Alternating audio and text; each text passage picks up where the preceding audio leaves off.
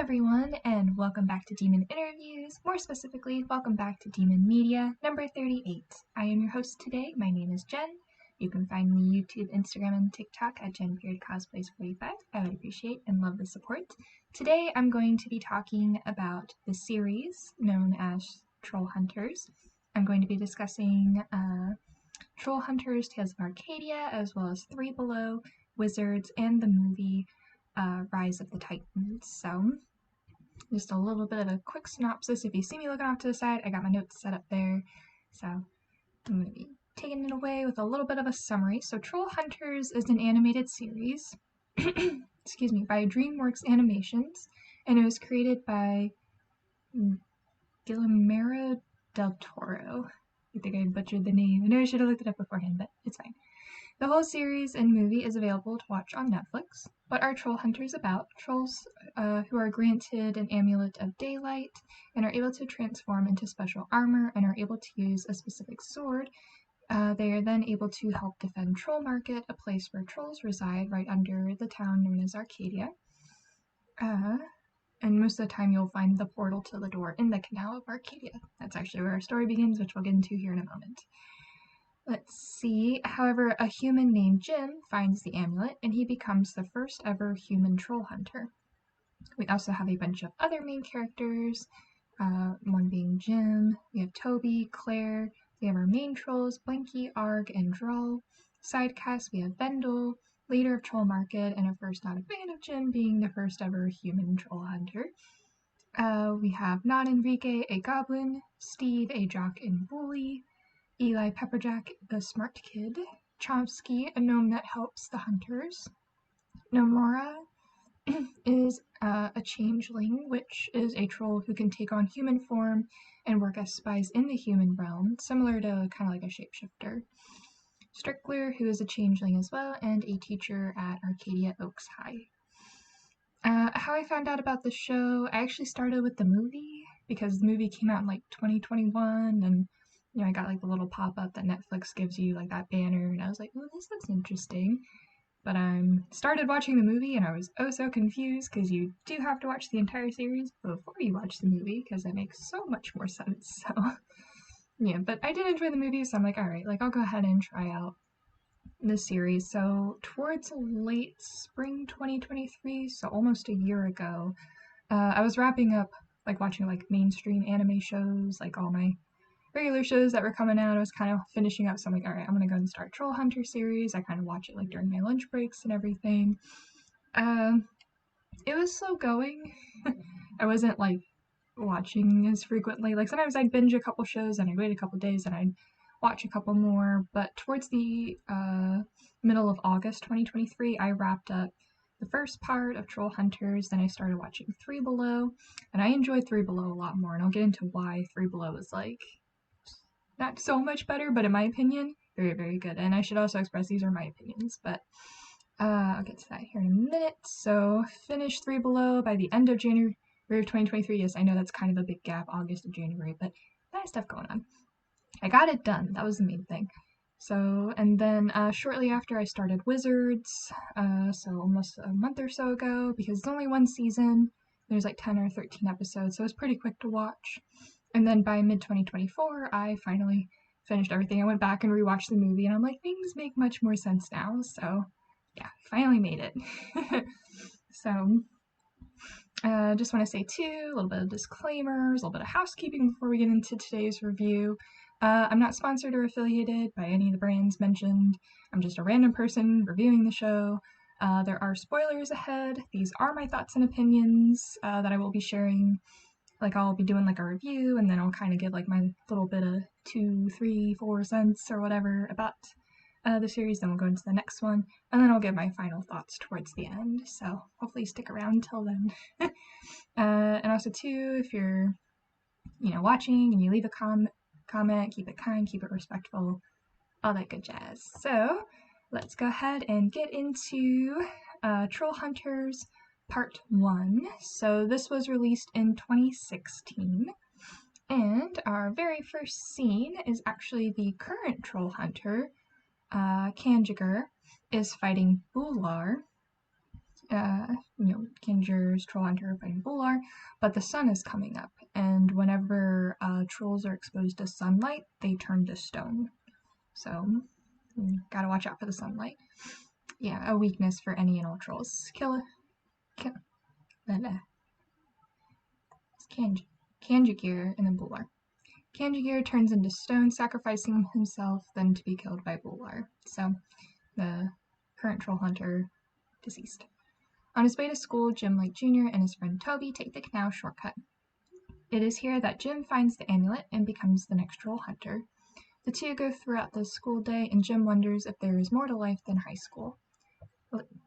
Later on at home, Jim is greeted by two trolls, Blinky and Arg, who congratulate him on becoming the next troll hunter. Jim passes out and tries to call Toby about what happened.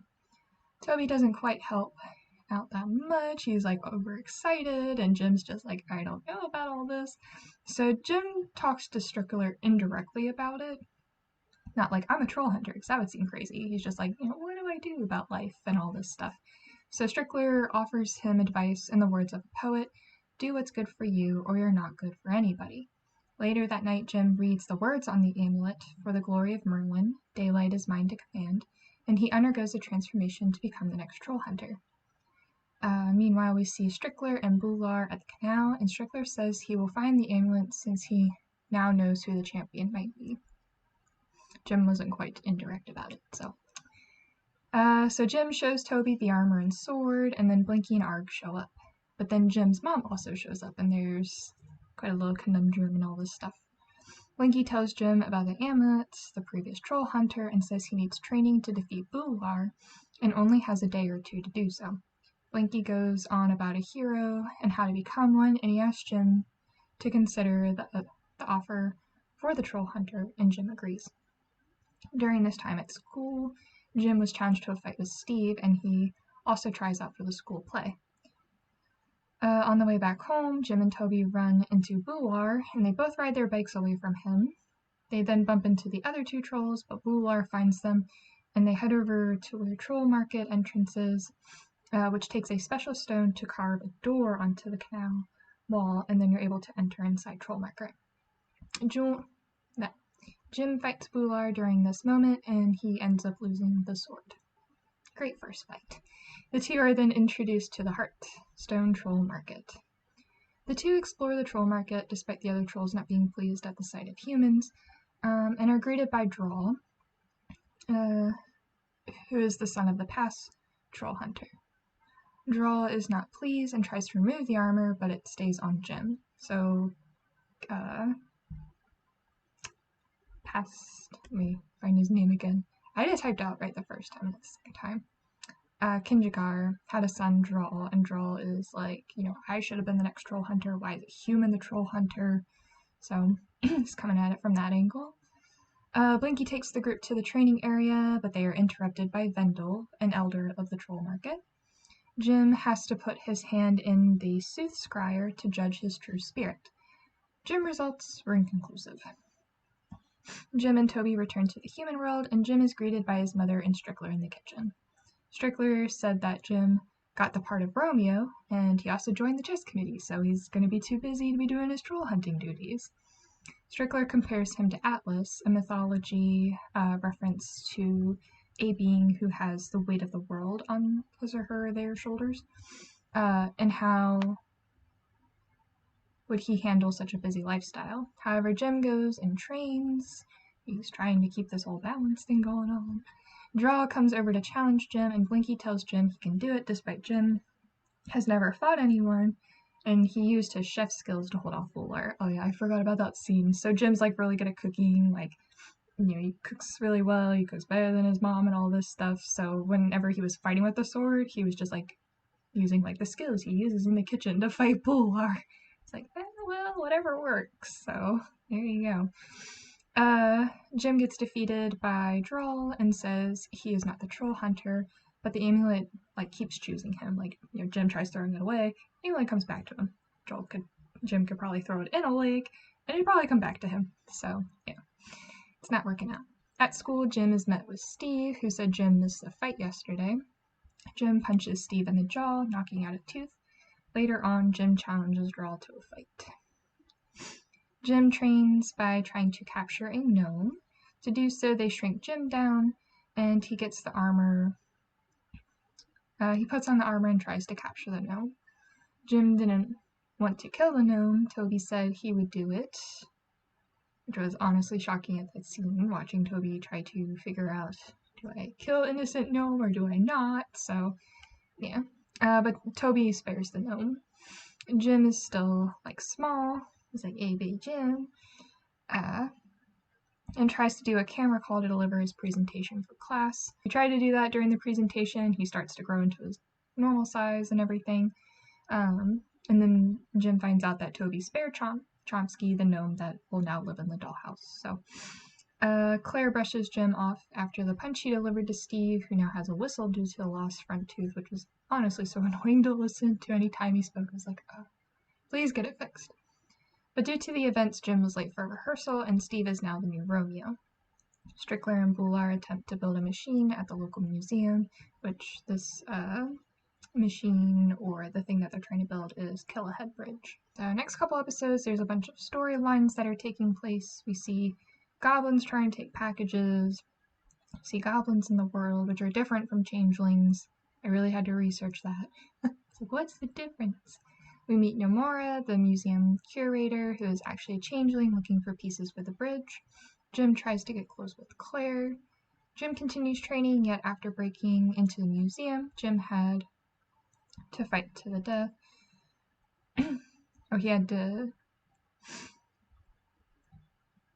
He realized that he had to do one last fight to the death, so he sends Claire a letter and makes his mom favorite meals, her favorite meals. Jim looks at the book with the help of the amulet and can see this troll text with the help of the amulet. The fight then happens, and Jim is about to win when he spares Drawl. So this was the fight between him and Drawl that he had challenged. They have their fight in the arena at Troll Market, but Jim ends up sparing Drawl, which is frowned upon the troll community. It's supposed to be a fight to the death. So at home, Jim is approached by Nomura, and a fight takes place with Drawl coming in to help, with Drawl telling Jim he is now there to protect him. So total 180. Drawl was mad, you have the amulet, that's supposed to be mine, that was my father's, we're gonna fight to the death, so now I'm gonna live in your basement and I'm gonna protect your home and all this stuff from the changelings. So yeah. We learn Gum-Gums, which are also known as changelings, are taking the young and changed them into something else, mostly to spy on the world above. So there's a lot going on. We find out that the bridge that was being stored at the museum was actually moved somewhere else. To find changelings in the world, Jim and Toby need a gaggle tack, which is really just a horseshoe made out of pure iron, and try to find ways to get people to touch or pick the horseshoe up. Jim goes to Claire's house and meets her baby brother, Enrique. Claire confronts Jim about the letter, while Toby is confronted by a changeling, and Blinky and Ark come over to help Toby out. Bular stands by the bridge, saying he will release his father from the prison and crush the pretend troll hunter. Jim watches Enrique so Claire can go to a concert.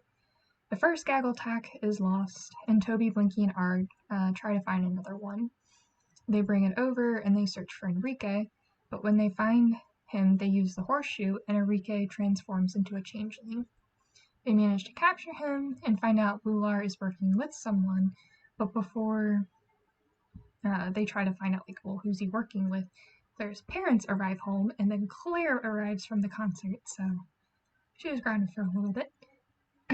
However, we see the real baby Enrique in a dark green portal looking thing, and he's being put to sleep by other changelings. He's being taken care of, but he's in a whole other place, so there's also other babies nearby as well.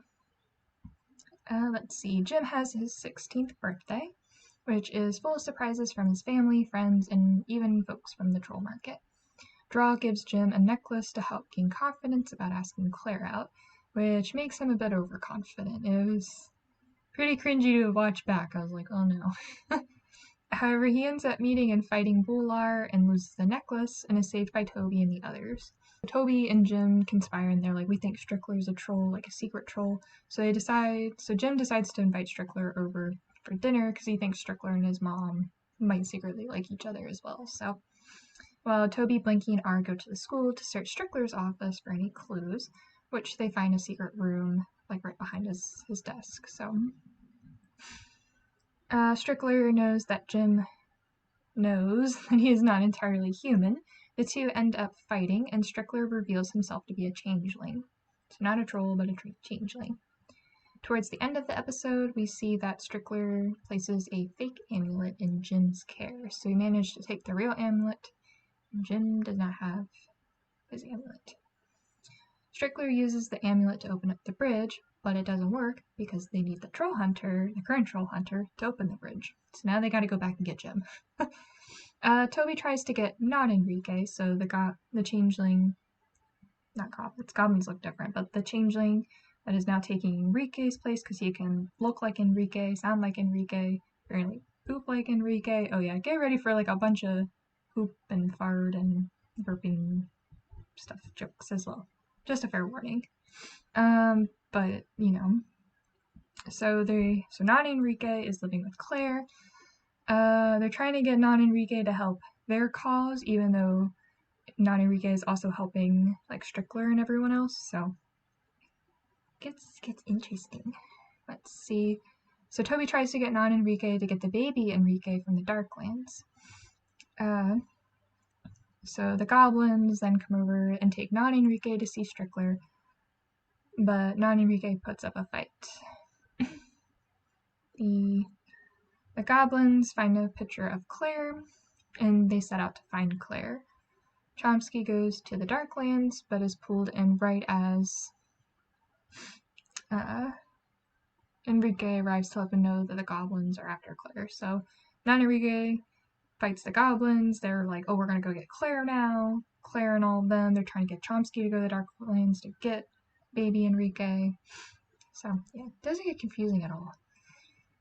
Jim goes to Claire's house and tells her all about it, but before Jim can explain where her brother is, the goblins arrive. A fight ensues. Jim manages to get his amulet back by shouting out loud the command, and it flies into the sky and into Jim's hand. Jim transforms, and Claire sees it. So now Claire's aware that Jim is Trollhunter. Nomura arrives and attacks, trying to take Jim to the bridge, but as others arrive to help, Nomura abandons Jim and he is taken to a hospital. However, Blinky gets captured by Bular and Strickler. Jim gets a concerning message from Blinky and an even worrying lecture from his mother about what is going on. So Jim got severely hurt in the previous episodes. The next episode, it's just everything's going on at once.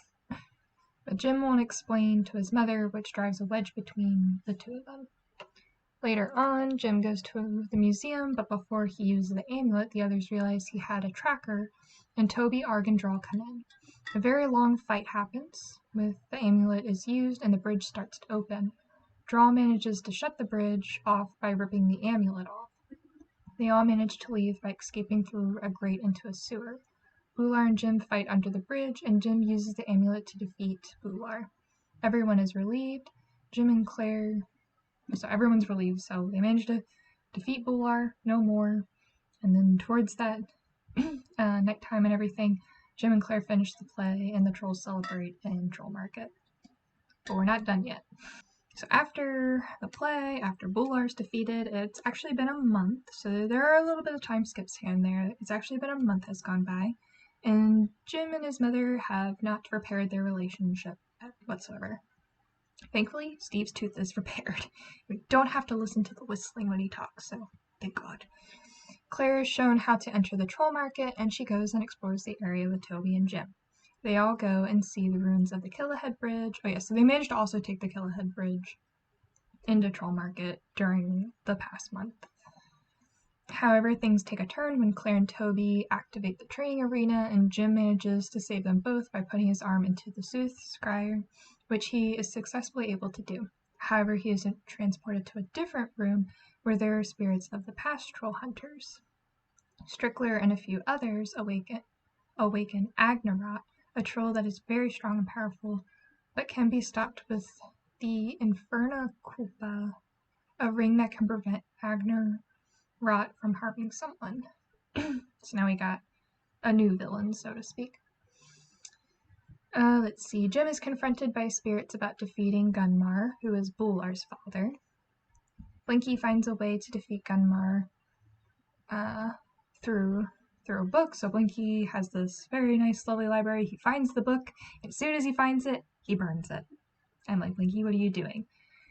But when he burns it, it's on like a stone, and as the book turns to ash, you blow away the ash, and there's a secret message on the stone that only lasts for like a certain amount of time. Thankfully, Toby took a photo of it. The message says of how to gain 3 stones. Meanwhile, Strickler and Agnarok attempt a deal for Agnarok to hunt the troll hunter. Jim and his mother fight as soon as he gets home. Which I did want to point out, I did like that perspective of just like, they live like in a typical 2-story house, but instead of just like being inside the house, you were like the outsider looking in. So it was like, you'd see them arguing in the living room. Jim would go to his room. You see the mom come and like stand at his door, like she wants to go in to talk, but she doesn't. She goes back to the living room, and he's upstairs in his room. And I'm like, that's really cool. So it's not cool that they're fighting. It's just like really cool perspective, really different. You see Strickler is trying to get his old job back. Claire and Enrique try to form a relationship, like brother-sister kind of relationship. I'll tolerate you. The spring dance is coming up. Toby tries to get Jim to become Spring King, and they would be popular. Yet during the performance, Jim goes outside and is attacked by a golem, which Jim manages to defeat. However, Jim arrives for the ceremony. They're trying to figure out like what kind of theme they want to do. But he accidentally becomes the Spring King, and they get their theme, Mole Mania, because he's all covered in mud, and the mole came over because their mascot's a mole. So, yeah, there you go. Good luck, prom committee. Oh gosh. Strickler arrives and is now the principal of Arcadia Oaks High. Upgrade.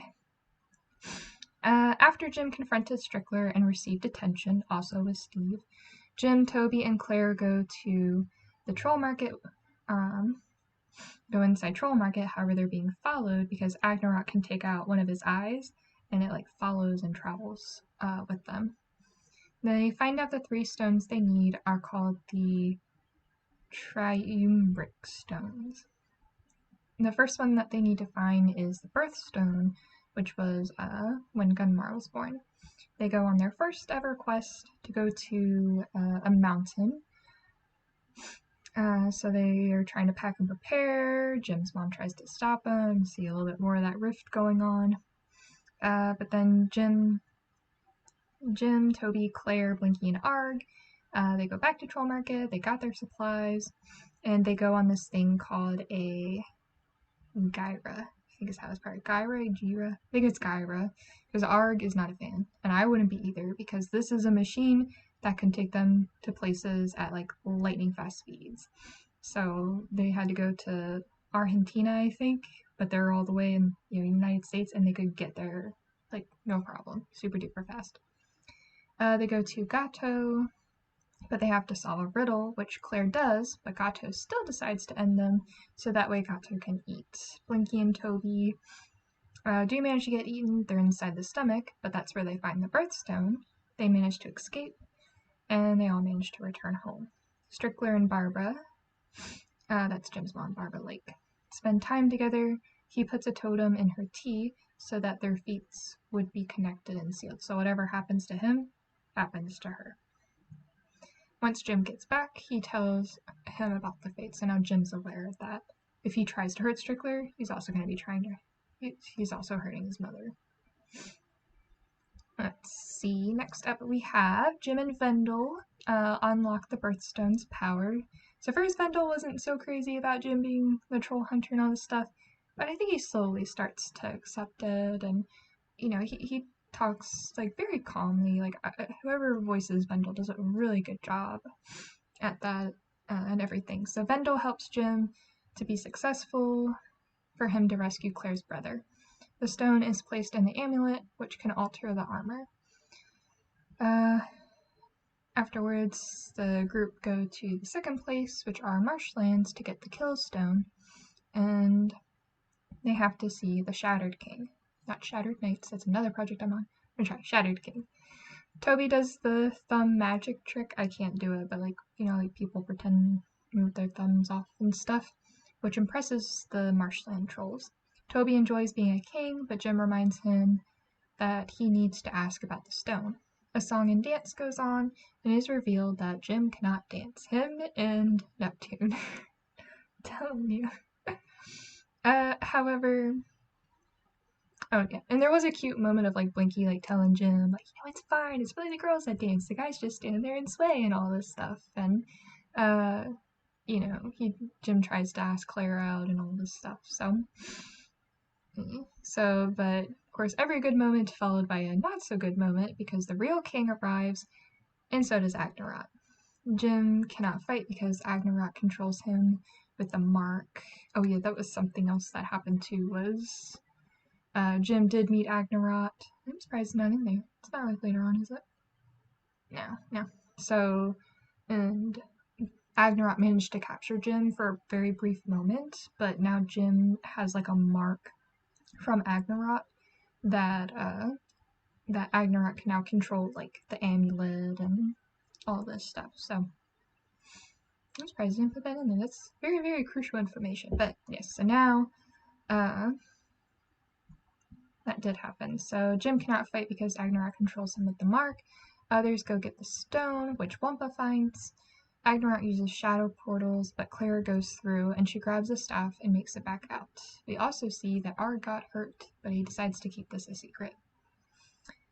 So now that Claire has a fancy new staff to use, Toby gets jealous, so he decides that he's going to get himself a hammer.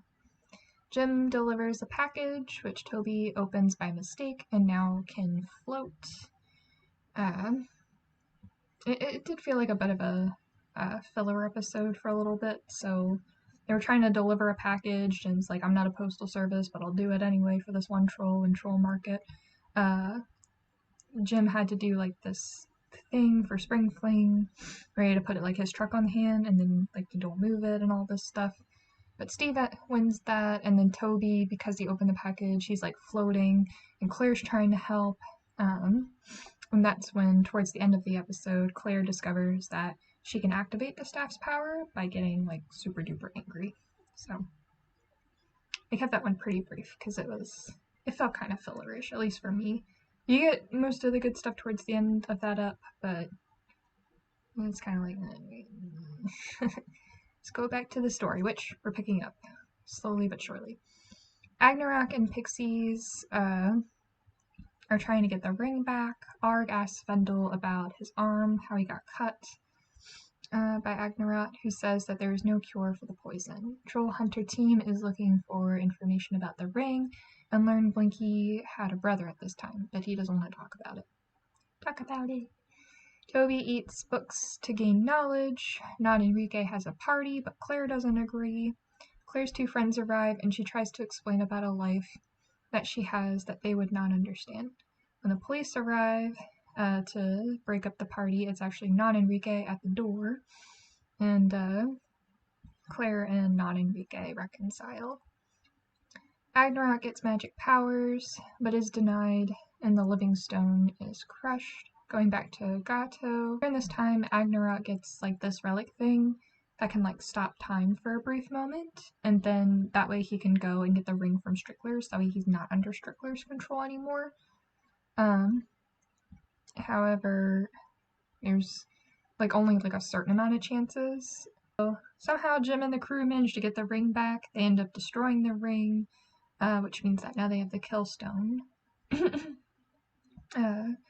And all this stuff, and Jim adds it to the amulet. I also meant to mention as well, like, Blinky becomes human for a short amount of time. He even tries to talk to Barbara about, like, how wonderful Jim is, and then that's when he turns back into a troll and all this stuff, so there's a lot of stuff going on. Not only that, we have some new characters arrive. These are some new visitors, and they want to bring Arg back home with them. We meet Queen of Krubera, in which the troll market decides, or the troll team decides to like play like this soccer-like game in order to like keep Arg. But if the other team won, then Arg had to go back home with them. So it was actually Jim and Draw who won, and the others leave. Find out about Arg's condition. At first, Toby's not happy, but Arg comes back and tells him like, "Hey, I'm gonna stay here as long as I can." So during all this, Strickler and Jim decide to reconcile, call it truce for a little bit, and they want to keep Strickler safe from Ragnarok and Gunmar and all the other trolls that are coming after him. So they decide to keep a fort down at home, and so they decide to stay within Jim's home because Jim's mom's working late. So they decide they're going to set up a trap for Ragnarok. But then Barb comes home and starts deploying all the traps, and after all of that like settles down, then she's caught up to date on what's been going on with Jim and the troll hunting biz and all this stuff. That then, right as soon as she learns everything, that's when Ragnarok comes back. There's some more fighting, but Barbara and Strickler get hurt, and because Strickler got hurt, and then that means Barbara also got hurt, so they have to go to Troll Market. Then we get the most epic scene in all of part 1, at least in my opinion. Like, my eyes were glued to the screen, which was, they're trying to drive, they're both hurt, Jim's trying to fight Ragnarok, they're going at high speeds, trying to get to the canal. 2 wounded adults. And then Toby and Jim's trying to like call Toby, like open up the portal. We can't do it because we're driving and all this stuff. So last stone location inscribed on stone, which is the Eye of Gunmar. Something escapes Darklands, and it's Chomsky who said Gunmar has a message for Jim, who just decided to come crashing in the car and asking for help to help care for the 2 adults. So we have Spring Fling coming up later on that night. Barbara is tended to, but there needs to be an incantation from Strickler's office that can help the healing process. Ragnarok is at the school. Toby and Claire go in to find the incantation spell, despite fighting off Ragnarok. Toby finds out the mole under the mask is Darcy. Oh yeah, he had a crush on whoever the mole was, so I know it's Darcy. Finally, Barbara and Strickler are able to be healed, but Barbara will lose her memory of Jim, telling her all about being the troll hunter. She tells Jim that once she is awake, to tell her all about it again. She's then healed, she gets taken to a hospital in Arcadia, wakes up, asks Jim what happened, and Jim does not tell her about being a troll hunter or anything like that. So, and then later on that night, Jim and Claire go on a very romantic date, since they miss Spring Fling together. Alright, wrapping up part 1. Jim finally gets the message from Chomsky about all that Gunmar said, and let's just say it's not a good message. Strickler is trusted thanks to Jim's word and shows him how to cut the final stone. Trolls prepare for attack. They're just getting ready for the attack against Ragnarok. Ragnarok manages to find his way into Troll Market, because of course he does, and the fighting ensues. Ragnarok summons what can best be described as like rock candy golems, like these big crystal-like golems, but it looks like rock candy. I was craving rock candy during that scene. Trying to use a car. Oh yeah, and then they try to use the car that like crashed in. They're like, we're gonna use that to defeat Ragnarok. Doesn't work. Toby gets Arg protects Toby from Ragnarok's attack. Toby gets upset, tries to fight Ragnarok. Jim tells Ragnarok his fight is with him, and they move to the training room. Toby and Claire shadow portal over, but just then Ragnarok becomes... Oh, wait. Slow down. So Ragnarok managed to petrify Arg. Like, Arg's not dead, he's just petrified. For now. So, but then Jim and Ragnarok lead into the training room. From there, Toby and Claire, they're watching from the sidelines when Claire gets the idea to shadow portal Toby through so that Toby can help Jim with the fight. That manages to be a success because right as Toby comes in, he hits Agneron in the head with a hammer, which, ouch. And then Jim is able to push, I don't know if it was like a crystal thing, I can't remember what exactly it was, but it was like something that then turned Agneron into stone, and then Toby was able to finish the job, and then there's just pieces of Agneron all over the training floor. So that takes care of that, we think. So by then the fighting stops in Troll Market since Ragnarok is no more.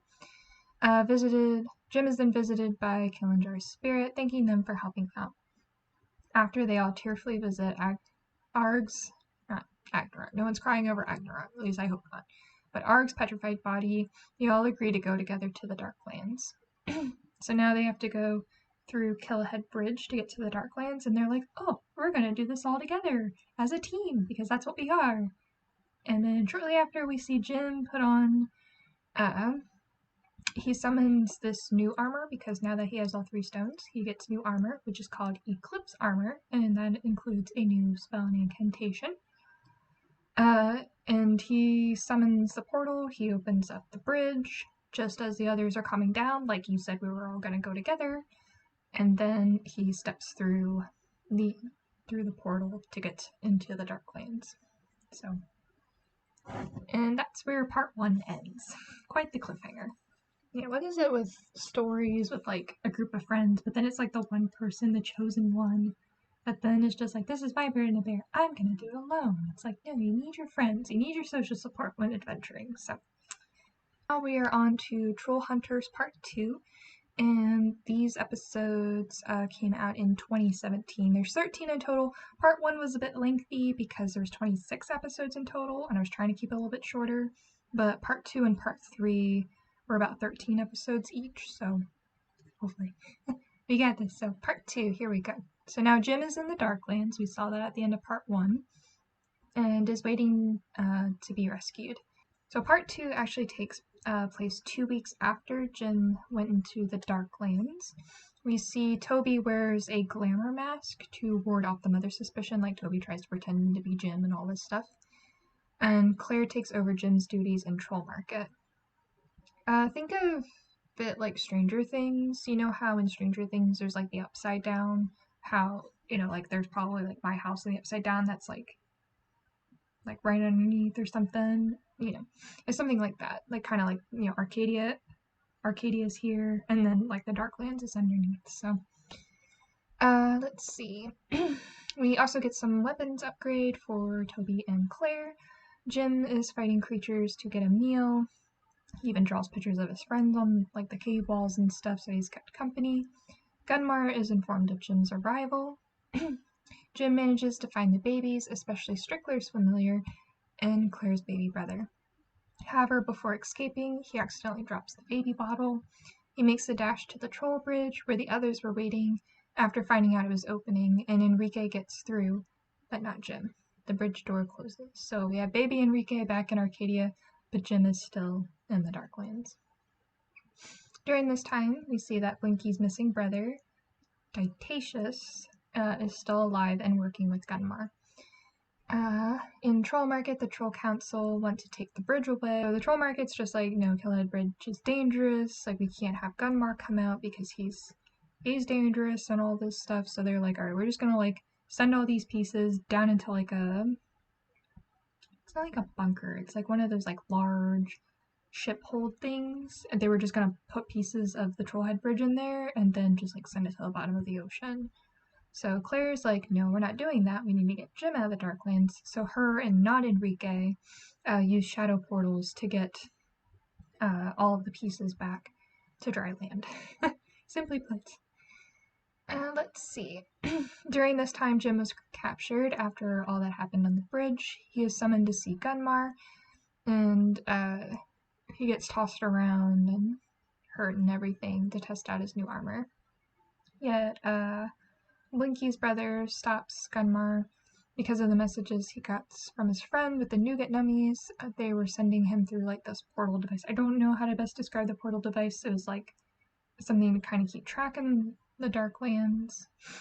Gunmar has hope that they are reaching out to him and are able to open the portal once again, helping in his quest to get the Internal Night. Jim meets Nomura again. Blinky, Claire, and Toby try to get a cure for Arg. Toby gets a new headset for braces and can channel into radios. They find a clue to the Jonas Order. A phone call takes them to underground. An intruder warning sounds, but they manage to get out safely. Jim fights a beast that Gunmar summons. We also meet a new character that can also change. His name is Otto. Changing polymorph. He can take the form of anyone, a perk of being a grand commandment. Jim gets fruit that covers up the smell, which causes the creature to weaken, and Jim defeats it. So Jim had to fight a large creature. The others are trying to figure out like a cure for Arg and all this stuff. So after Jim's defeated, we're actually on the 4th episode, which goes by pretty quick. But I'm just gonna briefly summarize it. So we have Blinky, Toby, Claire are trying to help like Jim and Arg at the same time. They've got like 2 people they care about, well, person and a troll that they care about, and they're trying to help them out at the same time. So they first help Arg, and they find a potion, it works, he's no longer petrified, but now Killenjar can now access his spirit into Arg, and he helps them complete the bridge, so then they can move on to phase 2, save Jim from the Darklands. They all manage to go inside, and they all manage to find Jim, and they're all trying to escape the Darklands. At this point, we see 3 separate stories going on. We see Jim and Nomura have to fight, so Nomura proves herself, but Claire and Toby help get Jim out. Arg and Blinky finds out his brother is alive and serving Gunmar. He's not happy about it. A close fight happens where Jim's soul was almost taken by Gunmar, but Arg steps in. Using the gyre, they all manage to rescue Nomura as well, and the group travels through the portal before it closes. So it's just, you definitely want to make sure you watch it carefully. I've watched it twice, and it happens so quick. So it's just this one epic fight to get Jim home, to get them all back into Arcadia. Speaking of, Jim is now back in Arcadia, and he loves everything about it. Drendel says the goblins are back, and Jim is happy to have a quest at hand. They find blood goblin droppings, and Jim wonders if Gunmar was able to escape. Means that someone was able to help them get out, which was Chomsky. The group finds the goblins due to Arg having heightened sense after being brought back from petrification. Gunmar and Blinky's brother are free and are now wandering around Arcadia. They also meet Otto. Jim tries out Eclipse armor, use power of gemstones, which are very nice and shiny. Episode where Jim has multiple doppelgangers due to not removing a stone. It's quite the show, especially since he has to like prove himself to Claire's parents, because there's been so much like wrong going on. So now he has to like be like, oh, like I'm a good person, but there's all these different doppelgangers going on. So causing chaos. There's also another episode where he has to take care of a sack of flour, like for a baby. We also learn Toby's backstory with his parents. We find out Gruesome Feeders of the Dead is out. There's also speculation that there's a spy and troll market. Dictatious eyes were taken by Blinky, but he can hear from a woman oracle person. They're trying to get something, and then Toby is able to use his sack of flour bag for their class assignment, which was actually Jim and Claire's, and Toby and Darcy managed to pass the assignment. So during this whole ordeal, we have Steve, the bully, and Eli, the smart, nerdy kid who has a fascination with aliens, talk about the strange occurrences that have been happening in Arcadia. Steve brings out a goblin, and Eli says it is a creeper. Eli says that they are aliens on the planet. They think Jim is an alien. Steve and Eli form the Creep Slayers with the Z. They were in the museum during the attack that happened in the previous episode, but they weren't able to like figure out Jim was an alien or not. And it's also funny because during the end credits, they talk about how all the others are in the end credits, but there's no portrait of Steve or Eli mentioned, so that was pretty funny to watch. There's also another episode similar to the movie The Breakfast Club, but the episode is called The Reckless Club. We see Droll and Gunmar fight. Gunmar takes over Jim's body and tells him how he will destroy him by fighting Droll, but will not fight Jim. Well, that's confusing. Yeah, so we see a Breakfast Club related episode, but also towards the end of that, we also see that Jim is also under arrest for releasing Gunmar, which broke his sacred oath and his failure to protect Troll Market. Jim is greeted by the amulet's spirit, Unkar the Unfortunate. Jim switches places and is in like this deja vu Groundhog Day to get a second chance. Jim tries to fix everything that happens. Trolls come to attack Arcadia. Jim tries to become the troll hunter again. Yeah, so Jim goes through like this whole Groundhog Day experience of like, you know, if you got a second chance and you were the troll hunter, this is what life would be. But it didn't matter because then trolls came to attack. Jim tries to become the troll hunter again. And then back to the present, Jim gets the amulet and goes to the tribunal. So the tribunal, we actually see Merlin visits Jim during this whole ordeal. I don't know if it was like a spirit, but we see Merlin. Merlin was the creator of the amulet and would become much more prominent in Wizards. But during the tribunal, which is like a trial by the trolls, Toby acts as Jim's lawyer. Claire and Blinky get evidence for the trial. We find out that the spy is actually Queen Usara, who stabs Vendel with a blade, turning to stone. The final verdict for Jim, since Vendel did not show up to vouch for Jim, Jim is sentenced to the deep, much to everyone's dismay. Jim says he will fight, which he does. He does fight a monster in the deep. Okay, closing up part 2. The group finds Vendel's body. Meanwhile, the queen says that the troll hunter is dead, but Jim is actually seen managing to escape the deep, and he sees his friends in secret. They go back underground to look for clues and find Gunmar. Jim manages to get a slice in, but it was Otto who changed into Gunmar, so it wasn't actually Gunmar, it was Otto. Autozone, I don't know why I keep saying that. Gunmar is in the troll market. Yeah, it was all just a distraction, decoy, because now the real Gunmar is actually in troll market, trying to take it over. Jim and the others catch up, and they try to find a way to get the trolls safely out because it's sunny outside, and as you know, sunshine and trolls just don't mix. So they manage to call Steve and Eli to bring umbrellas for the trolls to shade themselves from the sun. Droll is possessed and crashing into troll market things. The trolls are trapped, so Claire makes a large shadow portal and gets to safety outside, where it is now night. Troll market is now gone. Vendel is dead. Blinky becomes the new leader. Gunmar takes over Troll Market. Jim forges a truce and alliance with Strickler and Namora, while Claire, who's possessed, brings the head of Agnarok to the lady.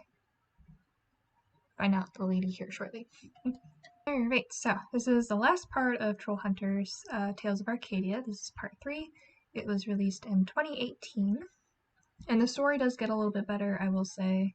The trolls are trying to live in Arcadia. We hear about the tales of King Arthur, Camelot, tales of Merlin, and I'm not going to say that quite yet because that's quite something. We also see Morgana, who's trying to take over Claire and use her powers. We get some new people, as well as some transfer students. That'll be very important later on. So the group finds trolls to defeat, and they're trying to protect homes with like election signs. There's like an election going on in town, so they're trying to use like these special election signs to kind of like protect homes and everything. Barbara Lake takes up painting and is all trolls she saw and everything. She's like, I'm not crazy, right? So, new character, Dukesy arrives at school and Jim gets jealous when he tries to talk to Claire. Claire gets sick after using a bunch of magic. She had to make like a very large portal to get the last bit of trolls out of Troll Market away from Gunmar, and now she's sick because of this. She decides to start a band with her 2 other friends because Battle of the Bands is coming up. Trolls have to live throughout Arcadia, so they're trying to hide throughout the day, trying to avoid the sunlight, and then at nighttime you'll see them like roaming around and everything. yeah, you'll see the trolls like moving around at nighttime. So we learn more about the Eternal Night, where Gunmar is searching how to block out the sun so that way trolls can walk on top of the earth without having to worry about sunlight. Toby gets arrested for trying to find a missing troll and meets the policeman who is Darcy's father. Poor guy. Claire gets even more sicker. Strickler gives Jim grave sand, a powerful substance that will give Jim power to help defeat other trolls. Blinky is appalled. He is not a fan of the grave sand, but Jim says it will help. When Blinky reminds Jim it is Jim's humanity that helps him get out of certain problems. So they form it into like this coffee grounds. However, the teachers get a hold of the coffee. So it was because he was trying to make it at school. They got caught for being in the teachers' lounge. They forgot to get the coffee grounds. Now the teachers are going crazy. So yeah. Gunmar speaks with Pale Lady and finds out how to bring Eternal Night. Claire goes crazy for a day, was claimed by the dark magic she used, and by the next episode, Groot manages to break the spell. Ragnarok is also brought to life at this point. Jim, Toby, and Claire have to convince their parents that they are not in any kind of trouble, that they consider themselves to be this role-playing fantasy group, where they act out characters for something called Trollhunters. They're trying to throw off the scent.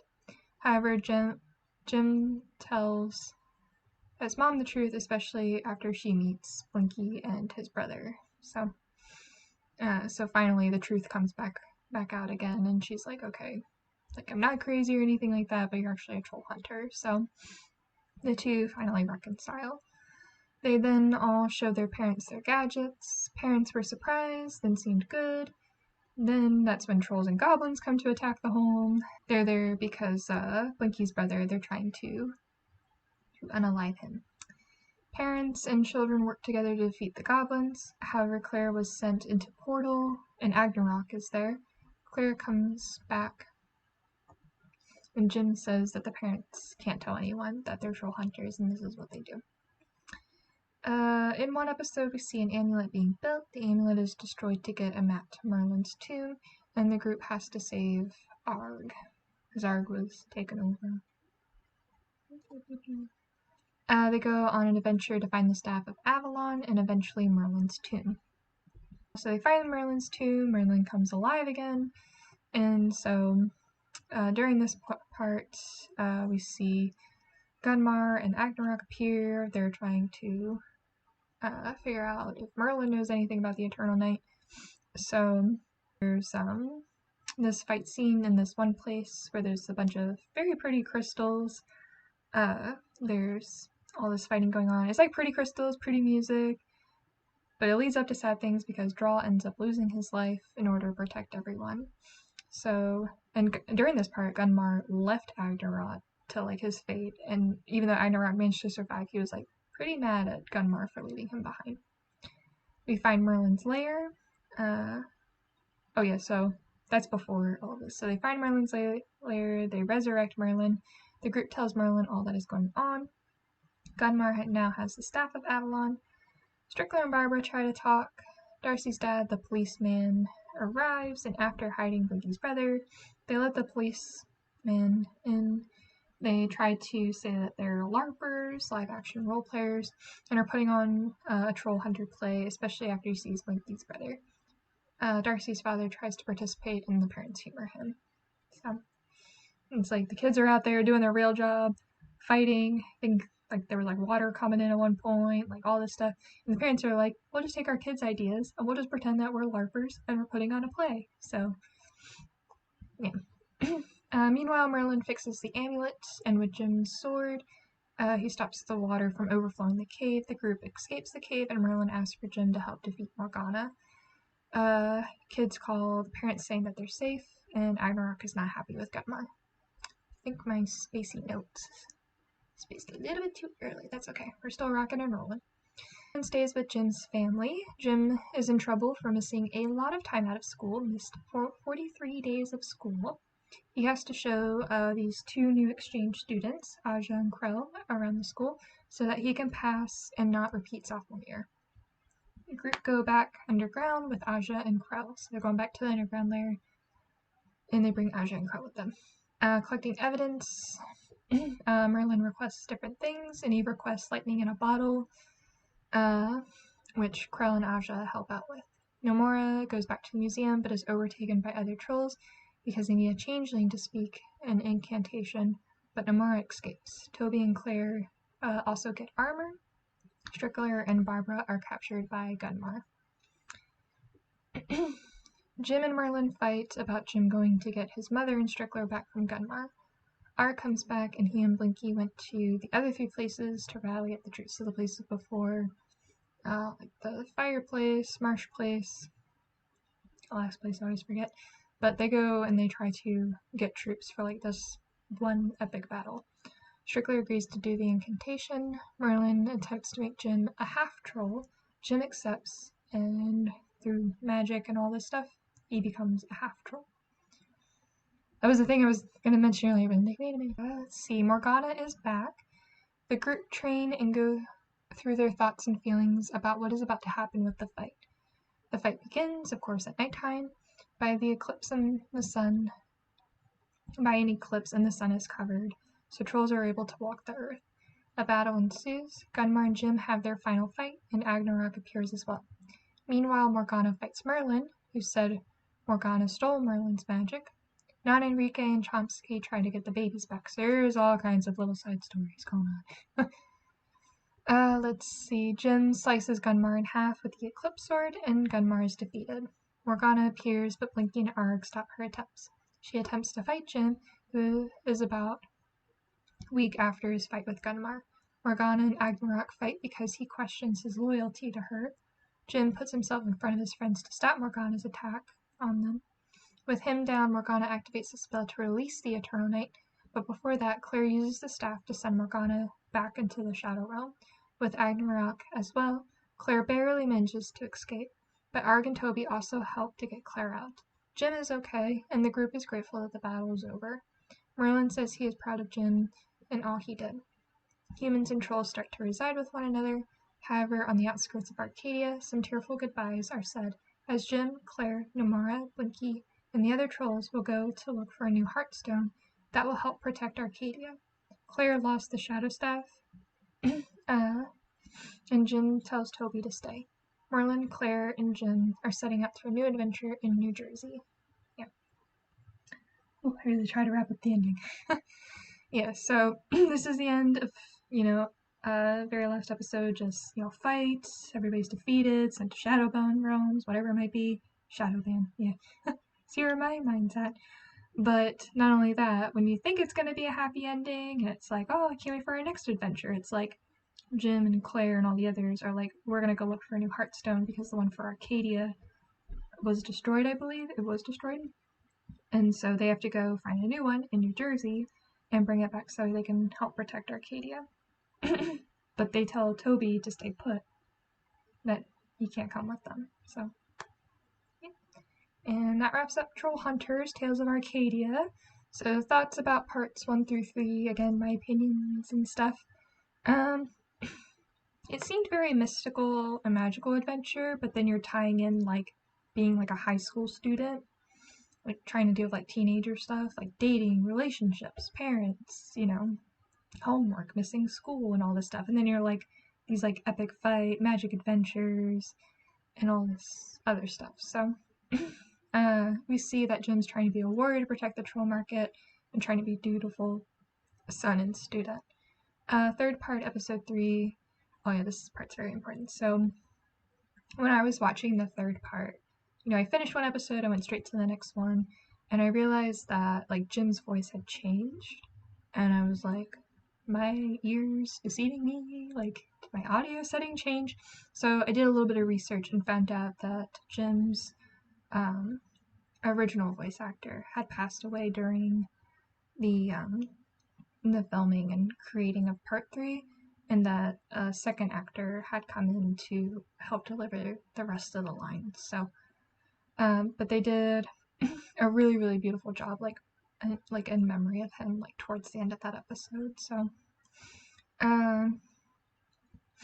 with the whole part 1, 2, and 3, it did seem a little bit slow. I think that's why it took me a little bit, because it's just like, I know that there's so much information. Part 1, especially, because there's 26 episodes you have to get through. There's like just so much coming at you that by part 2 and 3, you kind of already know who's who, who's doing what everybody's goals and aspirations are. That is a little bit easier to follow. So yeah, especially with like different stories going on. There's just so much going on. And then just like 2 faults before we get to the next one.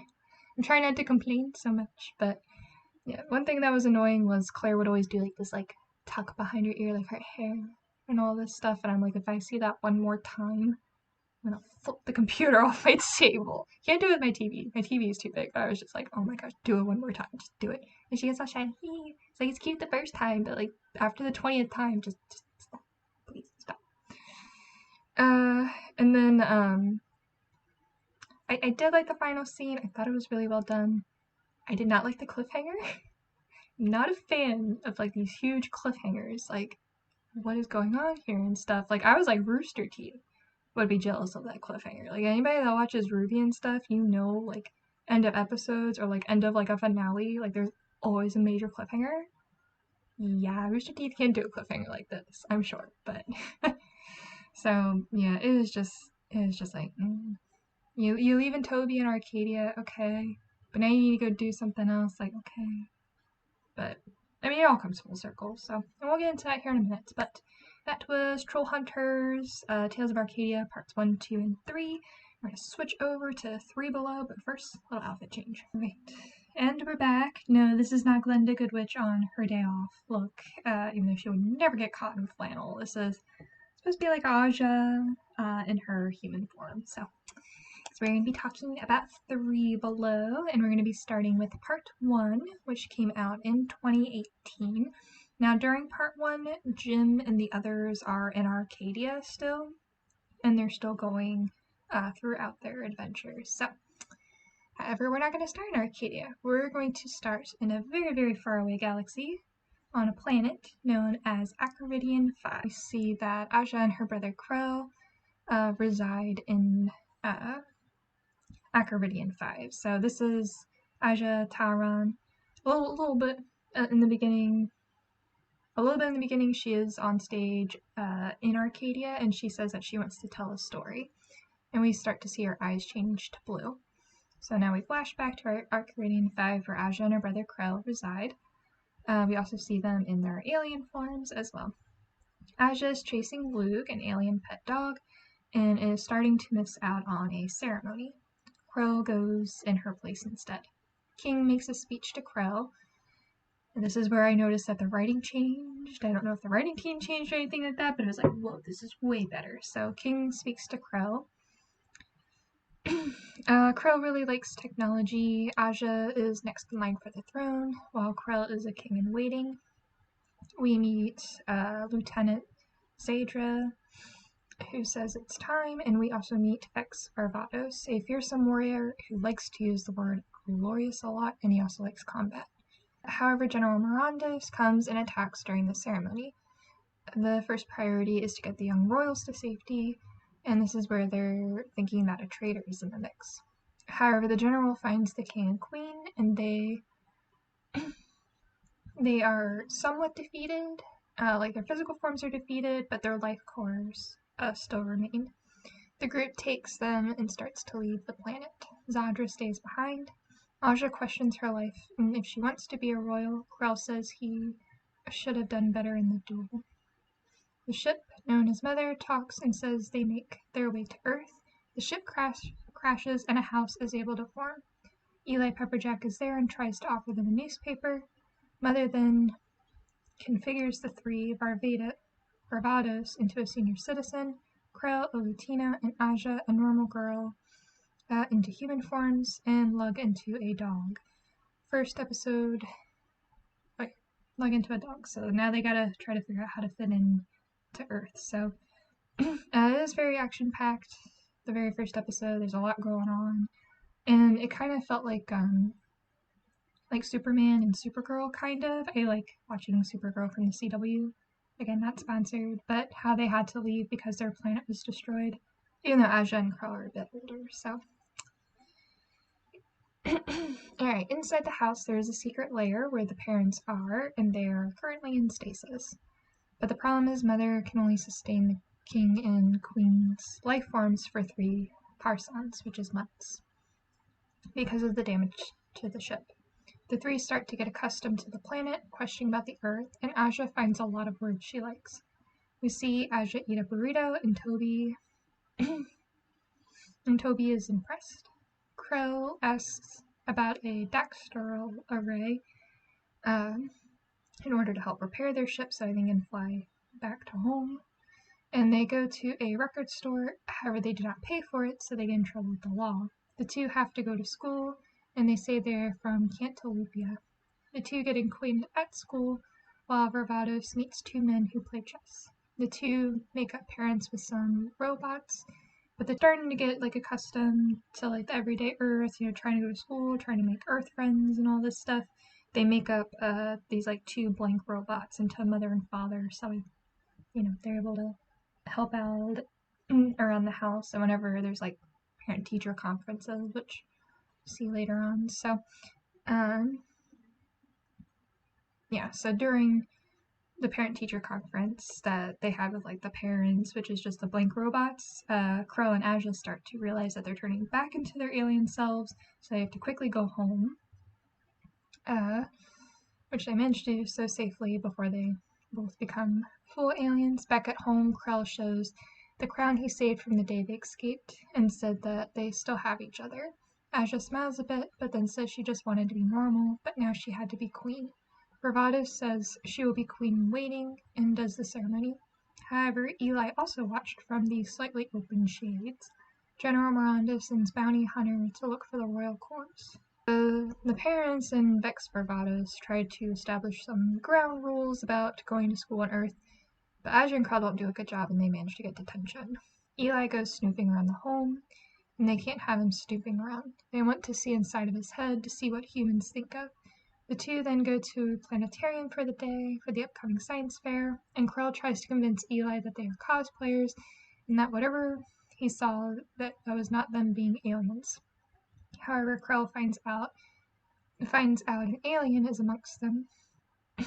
Despite being grounded by various people, the 2 sneak out at night and find the alien, who is a man who serves burritos in the burrito truck.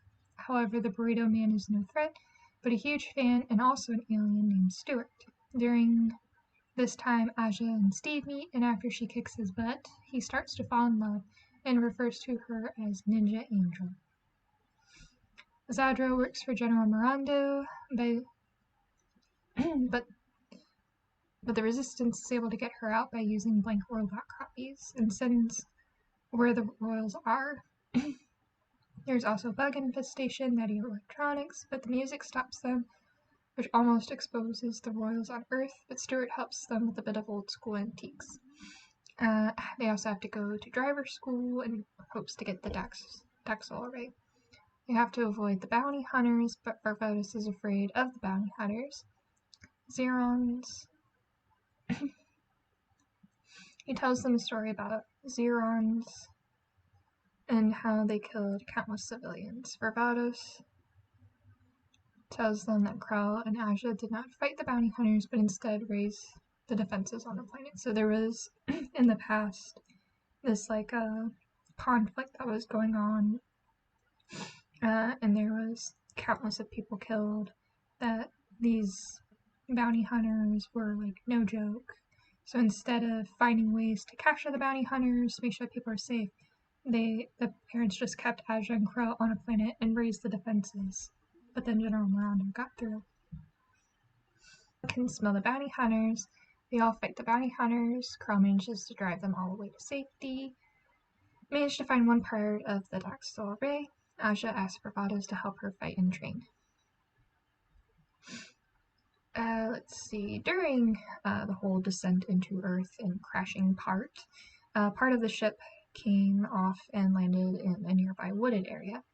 We see a troll running, and we also see Jim and Claire hunting them down. Then there is a whole deja vu episode moment. Once again, Varvatos teaching lessons such as patience to Aja, which Aja is not pleased about and wants to learn more about action and combat. Aja meets Jim, and they find out that there's a trickster troll which keeps sending them back into a time loop, and Aja is not able to do it because she shielded herself with her serrator while everybody else is still repeating the day. To break out of it, the troll group and alien group work together to stop the time loop from their memories and are able to shield their memories with her serrator. They come up with a plan and are able to stop the trickster troll, but the law gets involved, so they hit the button and go back in time where alien tech is able to stop the troll. Yeah. So now they know they've never met each other in the forms. Aja and Krell met their match by needing to prepare identification with paperwork for the school. Barbados meets and falls in love with Nancy Domskis, who is Toby's grandmother. They're then attacked by a bounty hunter. The house is under shields. Steve asks Aja on a date to the bonfire. Barbados gets a call from space about how they know who the traitor is. He keeps this a secret for now. Krell and Eli go out into the woods and are met by a bounty hunter. Yet their true forms are about to be revealed. But Vex comes over to help them. They're able to escape, and Steve has Aja's serrator, which he thought looked like a protractor. It kind of does look like a protractor. However, Vex gets a call from Zadra saying she knows he is the traitor. We see Claire, Chomsky. I think that's supposed to be Jim. I have Claire, Chomsky, and Claire. I don't think that's right. After they found Merlin's cave, they watch them. I think Amulet is the serrator. Remember back in time in the time loop, so they don't remember. Krell and another student have to do a math competition because a kid says he is cheating, that Krell is cheating. This is when we see that Jim had to show Krell and Aja around. However, Vex sees Chomsky with the serrator and follows him to Nancy's home. This is also where the past episode Lightning in a Bottle takes place. Competition, Krell fudges up, so other kid wins and gets to go to Masash space camp. So Aja and Krell realize they need to break into base to get the final part of the mothership. So they already have two, gotta get the one. Yeah, as the mothership is regenerating, Vex approaches Krell, who is injured in battle, saying it is his fault he could not protect them. Zadra with the resistance, and she leaves the planet for Earth. Meanwhile, on Earth, Krell is up and better, and they're waiting for a ship to recharge so that they can leave Earth. Aja goes on a date with Steve, and the three are teleported to a bounty ship. Vex has a party with the other senior citizens, but he gets a call from the general. Yeah, so at this point, we're coming up towards the end. They're trying to find the last piece, so beforehand, they're all planning on saying their goodbyes. So Vex comes over to give the bounty hunters what they want, the royal cores, but Aja and Krell manage to escape the bounty ship. Aja helps Steve. Oh my gosh. But she transforms into her alien self, and Steve is very surprised. They defeat the bounty hunter, and Aja says Steve cannot tell anyone any pinkies where he's at. They show Steve the king and queen's course. Vex says he would deal with consequences when the time comes. Zadra arrives, but an alien robot or omens followed her, and General now knows that they are where they are all now, on Earth in Arcadia. So last day of school, Aja and Krell's also last day on Earth, so nice over there trying to say their goodbyes and everything. Aja says bye to Steve and friends, while Krell participates in Battle of the Bands. Zadra and Vex meet up, talked about what happened, but then Aja and Krell also show up. And they find out in that moment that Vex Barbados is a traitor. They do not kill him, but banish him from the house.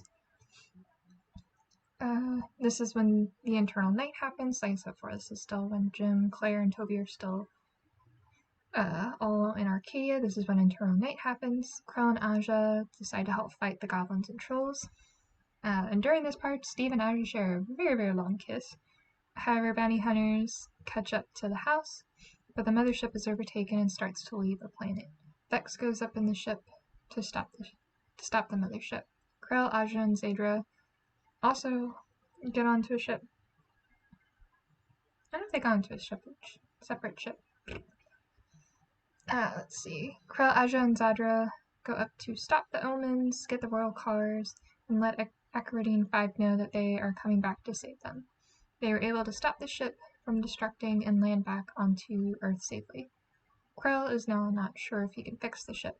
Eli sees them talking on a roof because they are both in their alien forms and snaps a pic. General Mirando decides to visit Earth. So there's a lot going on there, kind of given the little snippet pieces, but yes, part 1 is, they're arriving to Earth, they have General Mirando's trying to take over. We'll figure more out later on why, cover a little bit more in part 2, but the main part of part 1 is just them forming relationships, trying to figure out how to get the mothership to work so they can leave Earth. And whenever they finally decide to leave Earth, it's like, oh, the eternal night happens, and then, they get stuck there. So, and now they're really stuck there because now the mothership's down again, and Krell's like, well, I don't know if I can fix it. So, not only that, but they've been spotted by Eli. And remember, Eli's crazy about aliens, so.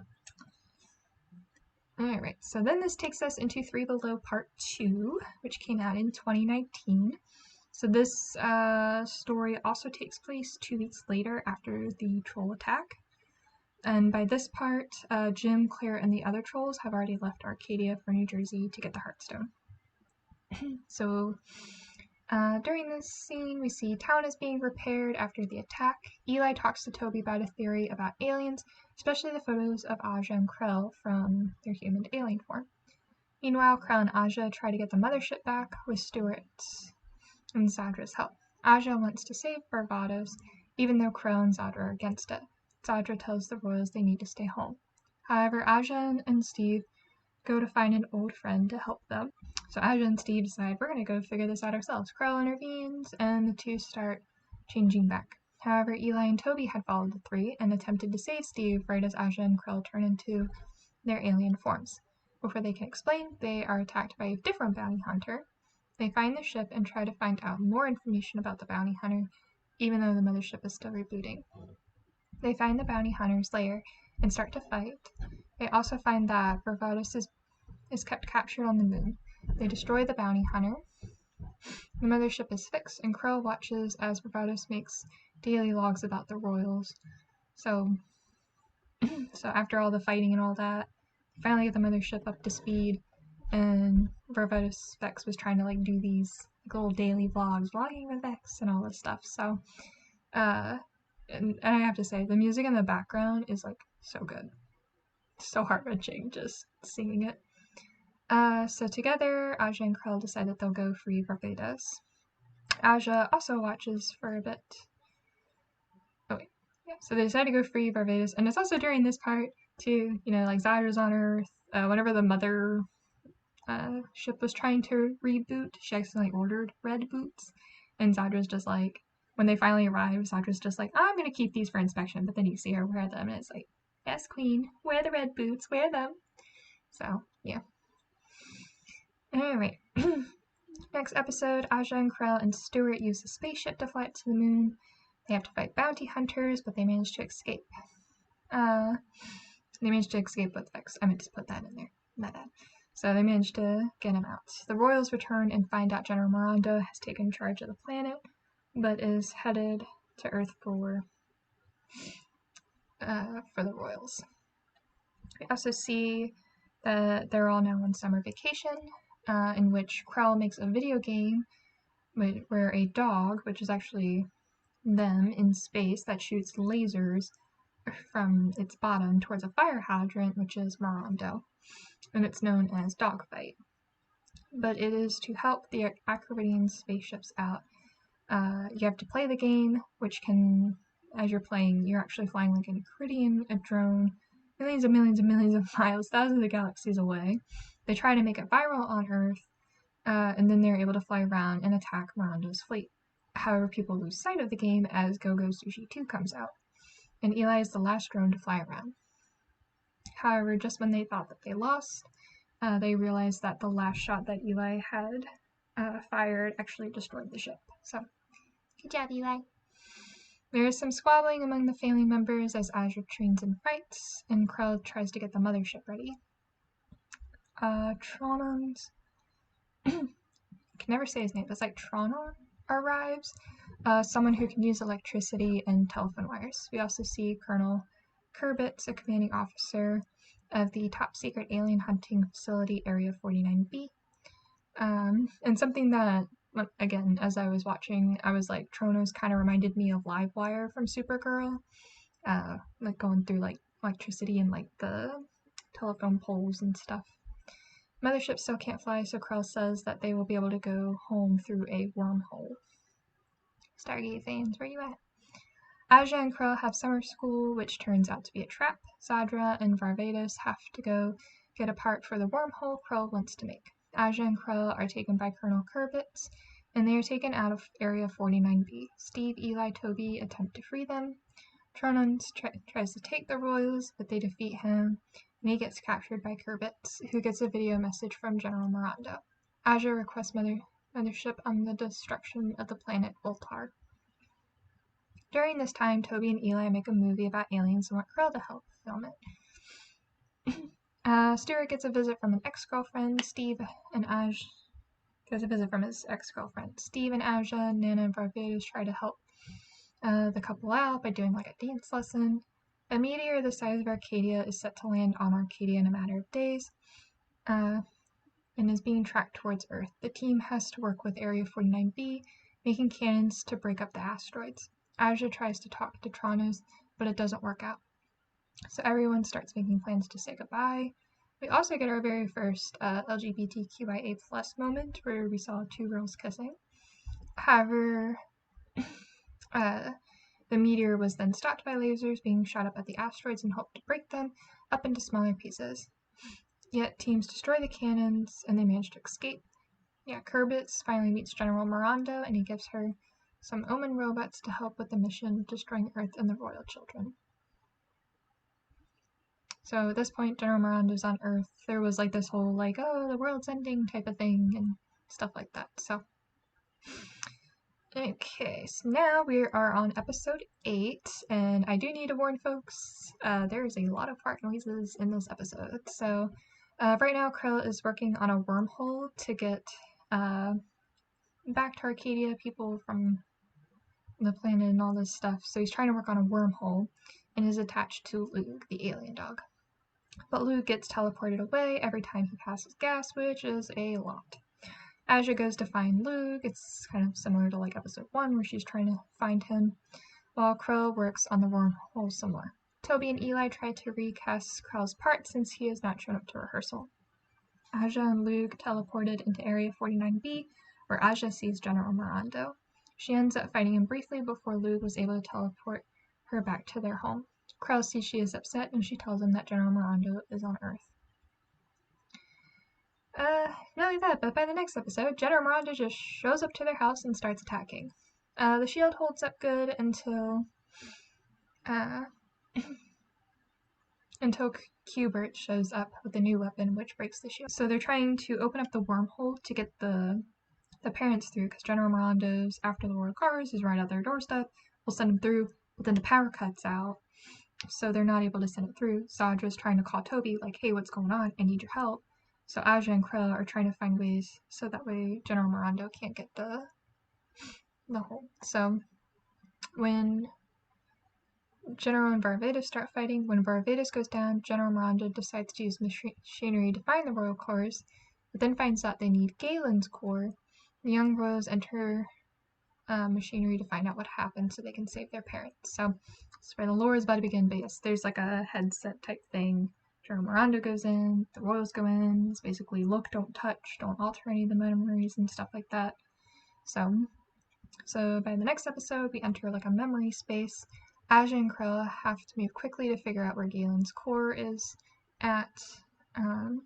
They travel through their parents' memory. They find out their parents were in contact with a past Trollhunter, and after some fighting and investigating, they found out that Galen's core is in Arcadia.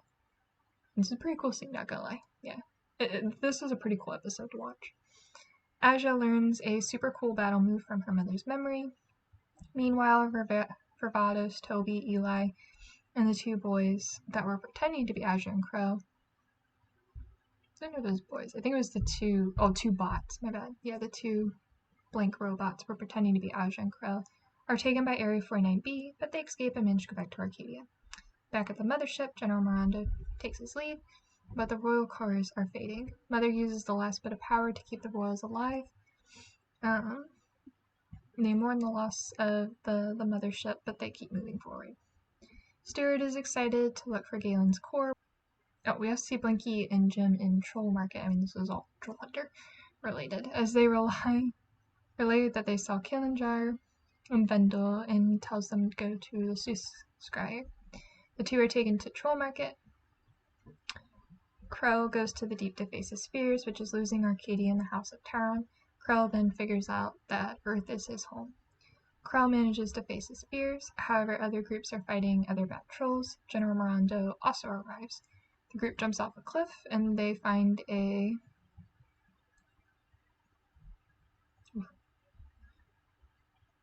It's supposed to be. They managed to land safely from the cliff. I should also put that in there. And they find this door that was created by both troll and alien, and they have to both figure out the riddle and solve it, so the door then opens. Inside is Galen's core, a large purple and white crystal. However, a fight ensues as the group and General Miranda try to take the core. It's a very pretty fight because there's so many sparkly crystals around. At the same time, it's a pretty intense fight because it's just like this and that and this and that. There's so much going on.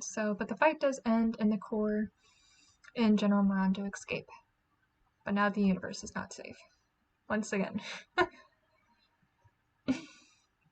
Okay, General Miranda gets power from Galen's core. The group tried to figure out a plan to make the weapon that destroyed Cyclos using an image from Toby's phone, which Stuart builds with some help of a past guard that was under Kubrit's watch. You can never say her name. The movie premiere is going on, which is when Kubrit's starts to attack. The premiere starts, Toby directed, written, all this stuff, but then just as it's starting, that's when the robots start to attack, and then the Colonel did get an upgrade. I don't remember what it's called, Colonel. Along with some elements, they have to protect everyone at the event, and in return, when Aja and Krell were cornered, so like during the fight they get cornered, the town stood up for them, saying that they were students, they were their friends. Aja and Krell go to Area 49B, where a giant Miranda is already integrated with Galen's core. Problem, the weapon can only be powered by 2 royal cores, which Barbados goes to get the king and queen's royal cores to use for the weapon. Aja and Krell find him doing so, and Aja is mad at Barbados calling him a traitor. Krell says that he has another idea to do. Okay, so now on to the final battle. Krell says he needs Zadra, who is fighting General Miranda's forces on Arcadia, to make a bigger wormhole to send the Arcadian 5 fleet through, which he agrees to. If the plan does not work, Aja and Krell decide to use their own royal cores. Aja decides what to do with Barbados later. For now, he has to stand guard over them. I thought that was not a good move because he was about to take them to power up the weapon, so I would go have him sit outside and maybe have Stuart watch him. That'd be cute. Like, Stuart's just like, so, what's it like being in stasis, your majesty? So, since he's a royal fan, I get that. There's more fighting. Aja and Kubrits have a face-off, the Colonel.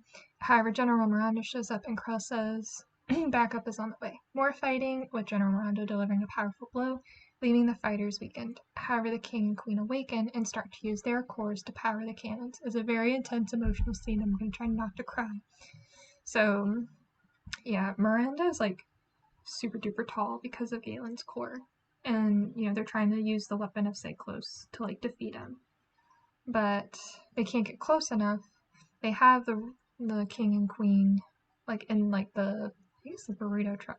I don't know if it's a burrito truck or a different truck, but they have them there. And after a powerful blow from General Miranda's, the King and Queen awake. And that's where they go to the cannon to use their royal cars to power it up. But at this point, Aja and Krell wake up, a bit dazed, see their parents, and they go to try and, like, stop them. They're crying. Their parents are telling them, like, be proud, be brave of who you are, and, you know, how they're ready to take the throne. And at that point, General delivers another blow, the shield goes down, and the royals use their cores and the cannon is filed. General Miranda is taken down and the fight is won. So, yeah. It was a pretty good scene, not gonna lie. Just sitting there like, oh no. So now there is a show, and it's actually the first scene. That's why I had to go back and talk about it, because it's actually, you get like a little bit behind, like Aja and Krell talking behind the stage before she goes out and does her little speech, and then she actually transforms into her alien self. Toby then shows off his movie. Steve and Aja settle on a long-distance relationship, and Eli decides to go to Cantalopia. Later, the Arcadians, Barbados, Eli, and Aja go through the wormhole. Beforehand, Aja says goodbye to Krell, who decided to stay on Earth. As night falls, Steve and Toby talk about all that had happened, saying that they had enough adventures for a while. However, a black cat with glasses appears and starts talking about how they are all in danger. This sets up for the next series, Wizards. Okay, so not as long and lengthy. It all kind of flowed pretty good together. I know it took me a while to watch it, but like I said, I had other stuff going on. But yeah, it was really good, especially once you get to part 2. It's just like one thing after another. Like how are they going to defeat General Miranda now that he's on Earth? So, final thoughts for 3 Below. Writing, significantly better. Way better. I can't remember all of the father's speech at the beginning, but it was so good. And that's when I realized I'm just like, this is way better writing. So, yeah, it was really well done. Intro was amazing, like that short little clip and all that was really good. Colors, animation was better, dialogue was good. There was a bit of foreshadowing, quite a lot, like one day we might not be here, or oh, like what happens if this happens? Like, yeah, you could see through the foreshadowing. However, I do have a new favorite line that Eli said during part 1 or part 2. I think it was part 2, like whenever they were coming up with the movie script. It's I've been up for 96 hours writing this script fueled on nothing but sugar and dreams. That's me. Intense endings, some plot twists were not expected, and I also too enjoy like watching aliens like trying to figure out Earth and like how they come up with like different names for stuff and all that. So, and then Aja and Krell realizing that home was a different place for each of them because Aja goes back to Arcadian 5 and Eli stays on Earth, so they each figure out like our home is different, but we're still gonna be close siblings and all this stuff. So it was really well done. So, I mean, the next one's also good in its own unique way, but once I finished watching 3 Below, I'm like, dang, that was really good. So, alright, so like I said before, we're setting it for Wizards, so real quick, outfit change. And we're back, so I don't know how long this is going to take until it annoys me, but trying casual Claire in Camelot wear. That's where we're going to be next, so. Alrighty, so next up in the Trollhunters series, we have Wizards, which is only 1 season long, and it came out in 2020, so. Oh yeah, and you're gonna see a lot of time skips, so if you're not a time skipper, sorry. I'm trying to make it as clear as possible, so. Yes, we actually start in late 12th century Camelot, and we see Duxie, who we met briefly whenever Claire was sick and everything, and Jim got jealous. We see Duxie, who is sweeping, and he tries to use magic to help. But Merlin says that if you want something done right, you can't always rely on magic, that magic is not a permissible excuse for hard work. And once Duxie masters this lesson, his pushing brooms days are over, but then it cuts to present day, so 21st century Duxie sweeping in a cafe. So he leaves work and is greeted by a black cat. A shadow is also following the two, and a creature emerges, which Duxie managed to capture in a bubble, yet the creature escapes. Together, Duxie and Archie, a dragon cat, capture the Nephitis. Duxie is greeted by Merlin, where he needs the guardians of Arcadia.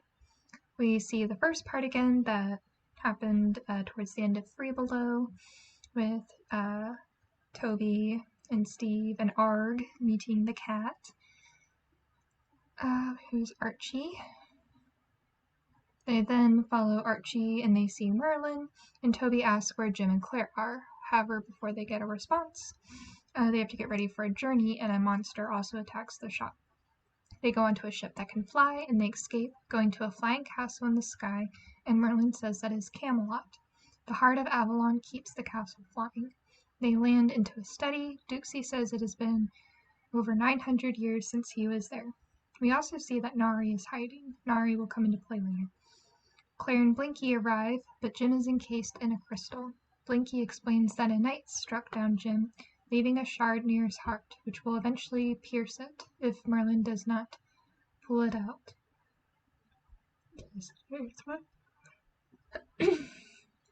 Claire still does not have the Shadow Staff, and the Green Knight told Merlin about Morgana, and Toby is confused since she was last seen in the Shadow Realm, or being put into the Shadow Realm. Merlin explains the Green Knight does not know. The group listens to Merlin explain about King Arthur and Gunmore.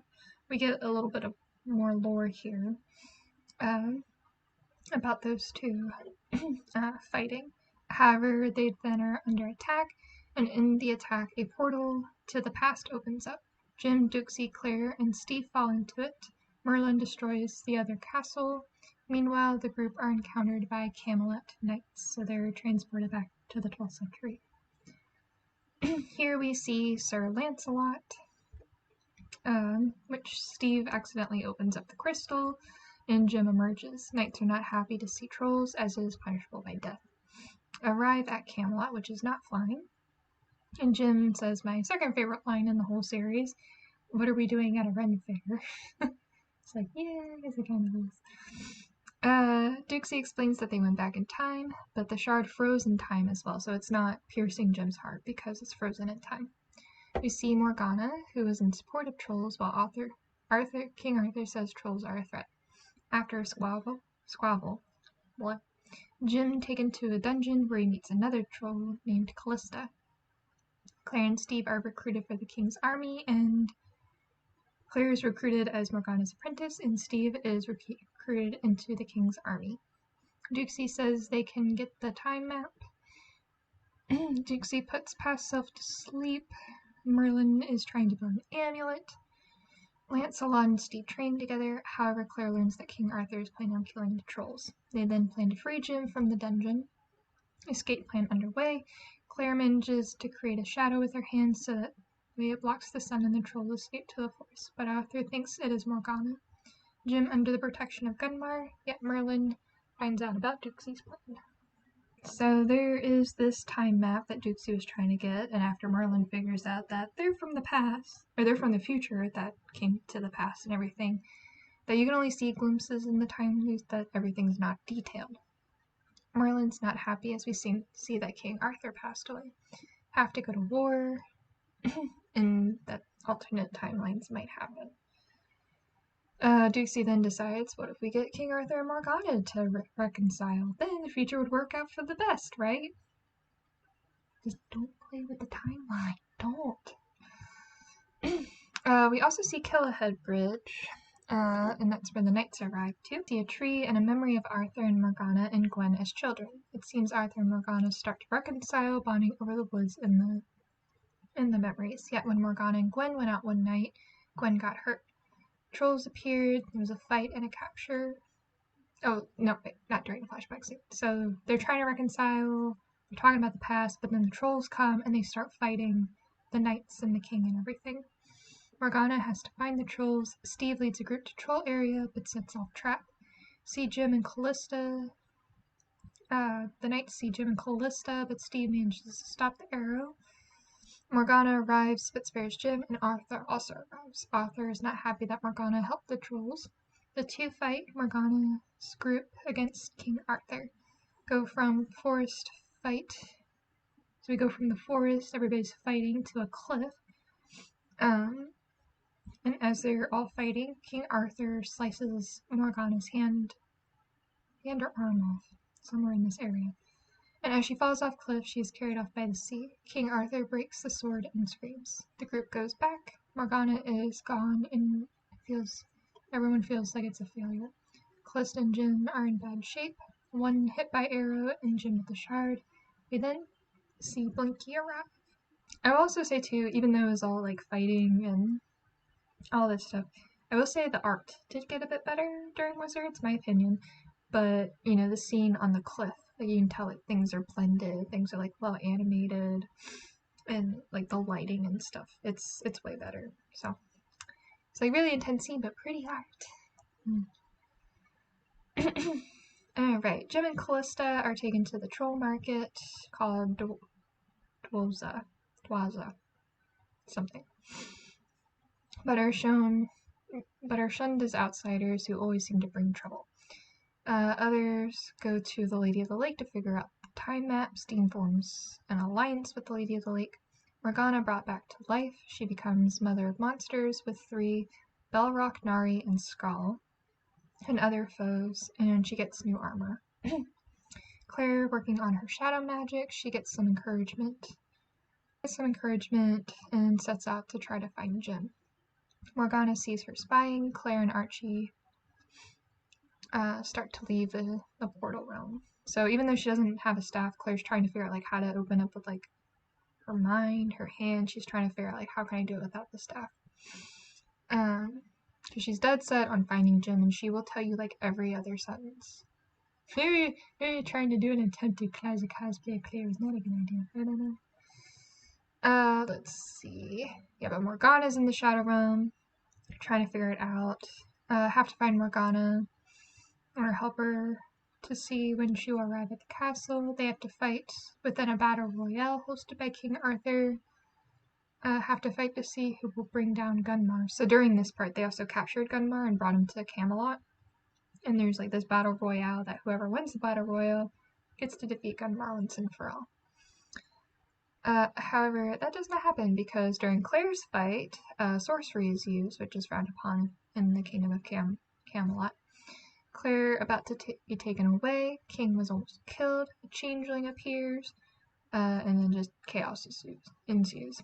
Changeling frees Gunmar, Gunmar and King fight. Group protect the King, but Changeling attacks tower. Even the defenses hold up. Duxie and Claire and Archie go to get the past Duxie. King Arthur and them fight Morgana and the Changeling. Duxie and Merlin deal with the Changeling.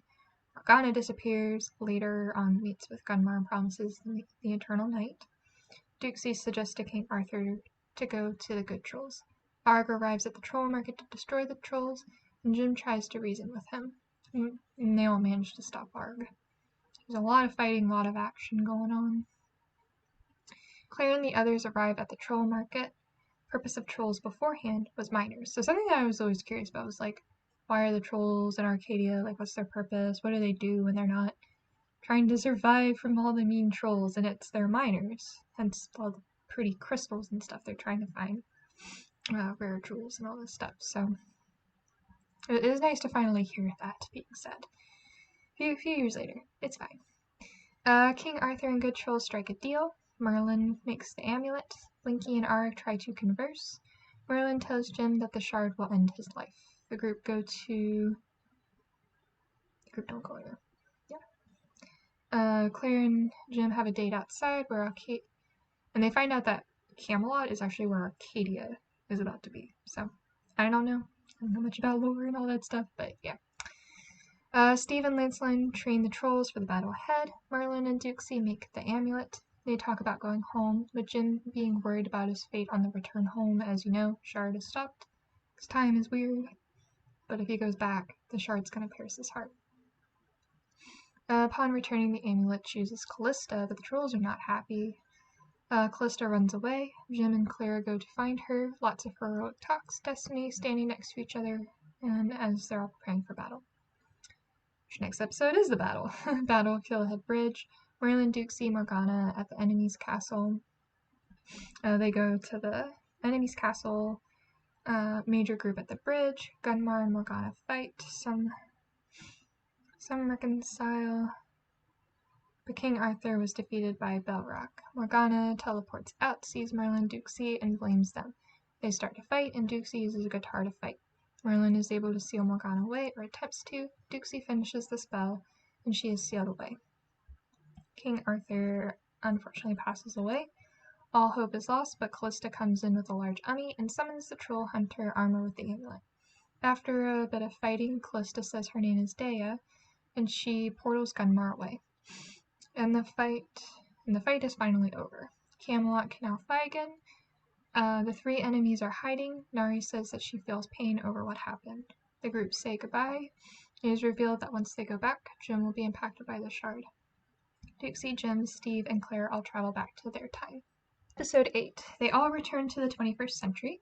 Jim is not doing so well with the shard. Camelot is falling down. I didn't mean to almost say that. All of them jump to the ship, and Nari is there too. A piece of Camelot falls onto school. Nari renounced the Arcane Order. Arcane Order is now in Arcadia, and the night comes in. Fighting ensues. Jim turns into a full troll, not Jim, not half troll, but an actual full, like troll, and fights, yet the others manage to escape. They need to hide, and Duxie has an idea. They all go to a nearby tech shop, which is where we see Crow. Duxie and the group walk in, and they go into like this secret lair. Arcane Orders further explain how they will bring destruction of the world by breaking the Genesis seals. Have to open the seals with the 3 Arcane Order people. That's Balrock, Skullorks, and Nari. But Nari's now with them because she sought out protection of Camelot because she didn't like what she was doing. And I'm still fuzzy on Nari's character arc because I'm gonna explain later on, but yeah, so Nari's not there, so they can't do it. So the main goal right now is to keep Nari safe and find the Genesis seals before the Arcane Order does. Which now I lost my place. Oh no. Have to open seals with 3, which is why Nari fled away. Amulet used, and Morgana comes back. Duxie, Nari, and Merlin go to Arcane Order Castle, try to call a truce. They will trade Nari for Jim, so try to get an exchange. Meanwhile, Claire tries to find Jim. Steve is hiding for backup. However, it's not Nari, it is Archie. Try to use like camouflage spell, and Archie just gave it away. Nari and Toby, Blinky and Ark are still at the tech building. A battle ensues. Claire leaves Jim. Green Knight revealed to be King Arthur, and Arcane Order brought him back. However, King Arthur manages to grab Merlin and pushes him off the floating castle. Duxie ends up unlocking powerful magic, and Steve, Archie, and Claire flee. Duxie manages to save Merlin from crashing to the earth, but Merlin is not doing good. He tells Duxie his greatest accomplishment was saving Duxie. He passes away and fades away. A book is left, but Duxie says that they are now on their own. Try not to get through crying. Okay, episode 9. We see past Duxie, who did the... So we're back 12th century Camelot, and we see past Duxie, who's doing the ball and cup trick. You know, like the 3 cups, and then find the ball, and all this stuff. However, he's using magic. He's cheating. Merlin sees and invites Duxie to become an apprentice. Present day, back in the 21st century, Duxie holds Merlin's staff and sees the damage that was done. The book symbols are ancient Draconic, which brings up Charlemagne. Duxie and Archie go to Charlemagne, while Claire and Steve go back to the tech building. Duxie and Archie arrive at the den, but Charlemagne is quite the pun master and also the father of Archie. They bring Charlemagne up to speed and show him the book. It is revealed that the Genesis revealed through a book that was in... They have to get the Genesis information by destroying Merlin's staff. After some convincing, the staff is destroyed, but Duxie teleported to Merlin's office in Camelot. He gets the book from the locker and comes back. The Arcane Order arrive at Merlin's building, where we saw in the beginning, but no one is there. Morgana is not a fan of this version of Arthur. Jim goes to the Shadow Realm. Claire goes to the Shadow Realm to find Jim's soul. Morgana is also there to save her brother's soul. They find Jim on the Killahead Bridge, able to break the spell for a bit, but the troll form takes over. Morgana finds Arthur's spirit, but he does not listen. Claire returns, but with Morgana. But they were followed by the Arcane Order. Yeah. So then Claire done messed up. because as she's like trying to figure out like where's Jim, she finds Morgana again, and Morgana's like, I won't hurt you this time or anything like that, so they're each trying to save loved ones and all this, but somehow the Arcane Order figured out where they were. So, last episode, Arcane Order and the group fights, but unable to stop them, Duxie and Archie arrive. They took Nari. Duxie made a decision, save friends or the world. He pulls out a green time stone, thinking of a plan. Group trapped in ice in the Arcane Castle. Duxie says to meet the Arcane Order at the cafe. Jim watches the group. And Jim's still in his troll, like, upgraded troll form. What do they call it in Ruby now? Leveling up? Yeah, like, Jim's, like, leveled up his troll form. Duxie and Crow make a contraption, which uses the old ball, and there's, like, the ball and the ball trick. Arcane Order choose. They choose, but it's a time trap, so they're constantly stuck in this time loop. Throw seals in, Arcane Order goes to get them, trapped in a time loop, and they go through different times and places. Archie frees the group with fire. Arg fights Jim, but Duxie stops Jim with guitar. Duxie goes to the group, and they leave, but followed by Jim, they all fight, and Claire manages to free Jim's soul. Arcane Order breaks free of the time trap right as Duxie frees Nari. Morgana and Arthur fight. Morgana defeats Arthur with a spell, but he gets crushed by the floating castle. It's coming down to Earth because gravity is a thing. Right as Jim comes back to senses, and he figures out like his humanity, he becomes stone because of the shard. But crumbles and human Jim is there. Duxie sacrifices himself and sees Merlin, and the two talk about magic and protecting Nari. Morgana and Merlin leave, and Merlin calls Duxie a master wizard. Duxie returns to the present. Excalibur is also there in a stone, one who would wield it, but no one can pull it out, not even Jim. And Jim wonders if he's the troll hunter without the amulet. Duxie said strength comes in numbers, and they're friends. Duxie and Nari leave, and they go to blend in with the town. But one arcane member order finds them through their disguises. So, there's a lot that happened.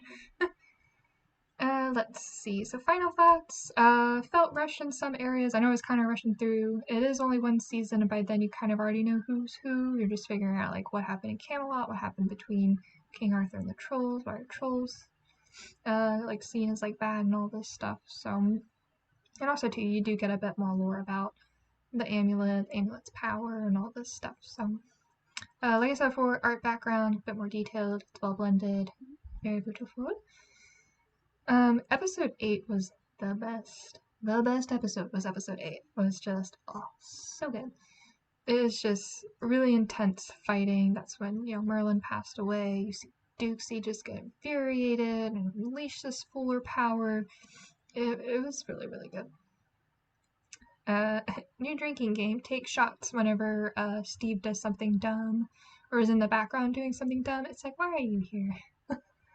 Like, he doesn't really help out with fighting that much. He just, like, sits there and he'll just, like, be picking his nose or something, or he just says something, like, way off, like, what's going on. So it's like, I did like the music, but I do like Renaissance fairs a lot, so I do like the old medieval style type of music. Merlin's pretty rough and tough, especially at the beginning. He's just, like very, like, straightforward. We have to do it this way, we can't do it that way. But towards the end, he does get a bit softer and, like, realizing, like, Duxie's potential and all this stuff. Oh yeah, the last scene. Whenever, Duxie was fighting in the castles while everybody's, like, down in Arcadia dealing with, like, Jim and all this stuff. And he's, like, trying to push off the Arcane Order, and he's trying to get Nari and stuff, and he sacrifices himself, and he's taken into, like, this, like, space, and I guess there's really no time, but, like, space, and, like, Merlin's there talking with him about what it means to be a wizard. I was like, okay, who left this bowl of onions here? It was so good. The writing was good, the music in the background. I don't know why Morgana appeared beside Merlin, I guess something, but think it was like past Morgana, not like current Morgana, which we're gonna get into. She goes crazy in the movie, but yeah, it was really well done. For like one season, it was like, oh my gosh. So yeah, final thoughts and review of Wizards, part of the Trollhunter season. So now, if you stuck this far, thank you so much. But yes, so real quick, I'm gonna do one more outfit change and we're gonna go right into the movie. So, BRB. Alrighty, welcome to the last part of the Trollhunter series, where we're gonna be discussing the movie. I know how to get dressed. There's no wig cap hair. There we go. Yes, so we're going to be talking about the movie Rise of the Titans that came out in 2021. Remember, that's where I accidentally started and got so lost. I do that so often with so many different series, but anyway, it's fine. I even did that with Ruby, so this takes place, right as the Arcane Order is taking over Arcadia. It doesn't really give a timeline. I don't know if it's the next day, next week or something, but Arcane Order is now in Arcadia. New goal in life for the Trollhunter group is to stop the Arcane Order from destroying the entire world and getting the Genesis Seals and all that. So, before we begin that story, we do get a bit of backstory from Blinky, kind of going through everything before it transitions to Nari and Duxie are on a train. They seem to be waiting. And they're waiting for the Arcane Order to show up to capture her, so they really use themselves as bait. Well, speaking of bait, bait's over there. Let's see. Arcane Order shows up to capture her, so does the other group, and they're all fighting one another throughout the subway. Excuse me. So they're trying to fight on this train. Not only that, but you have I think it was Toby, Krell, Steve, and Stuart. Remember Burrito Guy Man? They're in the burrito truck with this machine that can stop the magic powers of the Arcane Order. Like, they just shine this light and the powers will stop. So the train doesn't slow down. So, oh no, wait, Toby's on the train because he broke the thing. So now they're going at like super duper top speed down it and trying to take away the magic powers to stop the Arcane Order. The other two, Balrock and Skrell, I think. So, but that doesn't happen, and the train ends up going off the rails and crashing off. So, most of the folks escape. Actually, Duxie was trying to like get Nari and everything before the Arcane Order could take her away. They actually switch places, so Duxie is in Nari's place, Nari's in Duxie's place. To which Arg, Nari, Claire, and Toby get taken in by the police, and Krell comes in to rescue them. Jim wakes up at the Camelot Castle, which was newly built. Mom and Strickler are there. Strickler offers some advice to Jim, and they also reveal that they are engaged. We see Aja return, and Steve kisses her, but she doesn't seem too happy about it.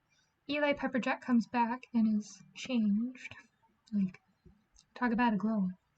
Aja reveals to Steve that the 7th kiss that they had makes a baby, and Steve is excited that Aja could be pregnant.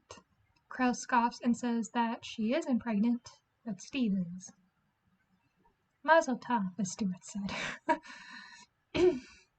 Let's see, a meeting is called. Titans will be brought to life by the 3. Combined in the center of the universe, which is Arcadia, no surprise there. And then destroy. But not only that, life would begin again. So everybody was focused on the destruction, but it's like, no, they're going to destroy the world and then create this whole new world. So Arcane Order think that they have Nari, but it is Duxie who has switched places. However, they're not happy, so they managed to do some spell in order for Nari and Duxie to switch places. Before that happens, Nari leaves the group with a chant. Trollhunter makes the 9th configuration. Chronosphere will make right. Jim is given a new amulet made by the crew. Duxie tries to remember where they were at, where the Arcane Order was at, and they find out that it was an old subway tunnel. They travel there, but Arcane Order is not there. Duxie looks around and figures out that this was the spot, that it was just an illusion. They find the 3, but it's too late. By then, 3 Titans arrive, emerge from the earth, one of ice, one of earth, and one of fire/lava. They start to walk the earth, headed towards Arcadia. Aja thinks that they need to evacuate the Earth, but Jim says they want to try their best to use Excalibur and the stone inside to help power up the new amulet. So there's a stone inside Excalibur's hilt that if they put it inside the amulet, they'll be able to stop the arcane order. Claire is sent to find the chronosphere. Aja says that she does not trust Jim and tells Krell to tell Vex to deploy a secret weapon. Steve goes with the others to safety, and Aja says to take care of the little ones. Archie, Charlemagne, Blinky, and Claire go get the chronosphere from an underground troll market. The troll overlooking the chronosphere to see what the future holds. They have an audience with the main troll, but they take the chronosphere away. They attempt to escape, but Archie and Charlemagne remain, letting Blinky and Claire escape. Meanwhile, Aja, Tim, Strickler, and Toby, and Barbara, that's Jim's mom, go to the Ice Titan. Jim uses rope to get down with explosives, but stops short, and Strickler flies, despite the cold freezing the wings, because he can turn into a changeling, he has wings. The cold doesn't do them any good. They fall, and Strickler grabs the belt with the bombs and takes them to explode the Ice Titan, but the Titan comes back. Later, Jim and Mother are crying over the loss of Strickler.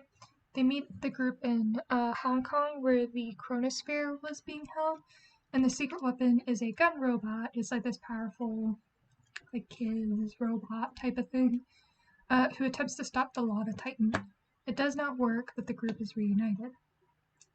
Dixie, Gamara, Arg take on the Nature Titan, and Dixie tries to get Nari to stop what she's doing. Nari is stopped. Nari is stopped, but somehow they get teleported to where the Arcadia Ridge is and where the others are. Nari is traveling through Mexico, and she's able to come back to her senses. She tells Jim time unfolds differently, like a flower. Only the Trollhunter will know. They all then go back to the ridge. Ice Titan then arrives, which Nari and Skrell have a fight, but Nari ends up passing away. The Ice Titan is also defeated. Krell, Eli, and Stuart go to get Excalibur, and everyone heads to Arcadia.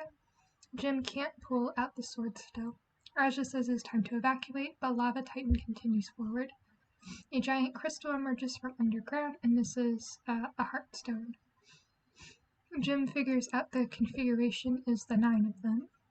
Steve starts to give birth, and Eli drives him away. The 9 put the hands on the stone, and Jim is able to get the sword out.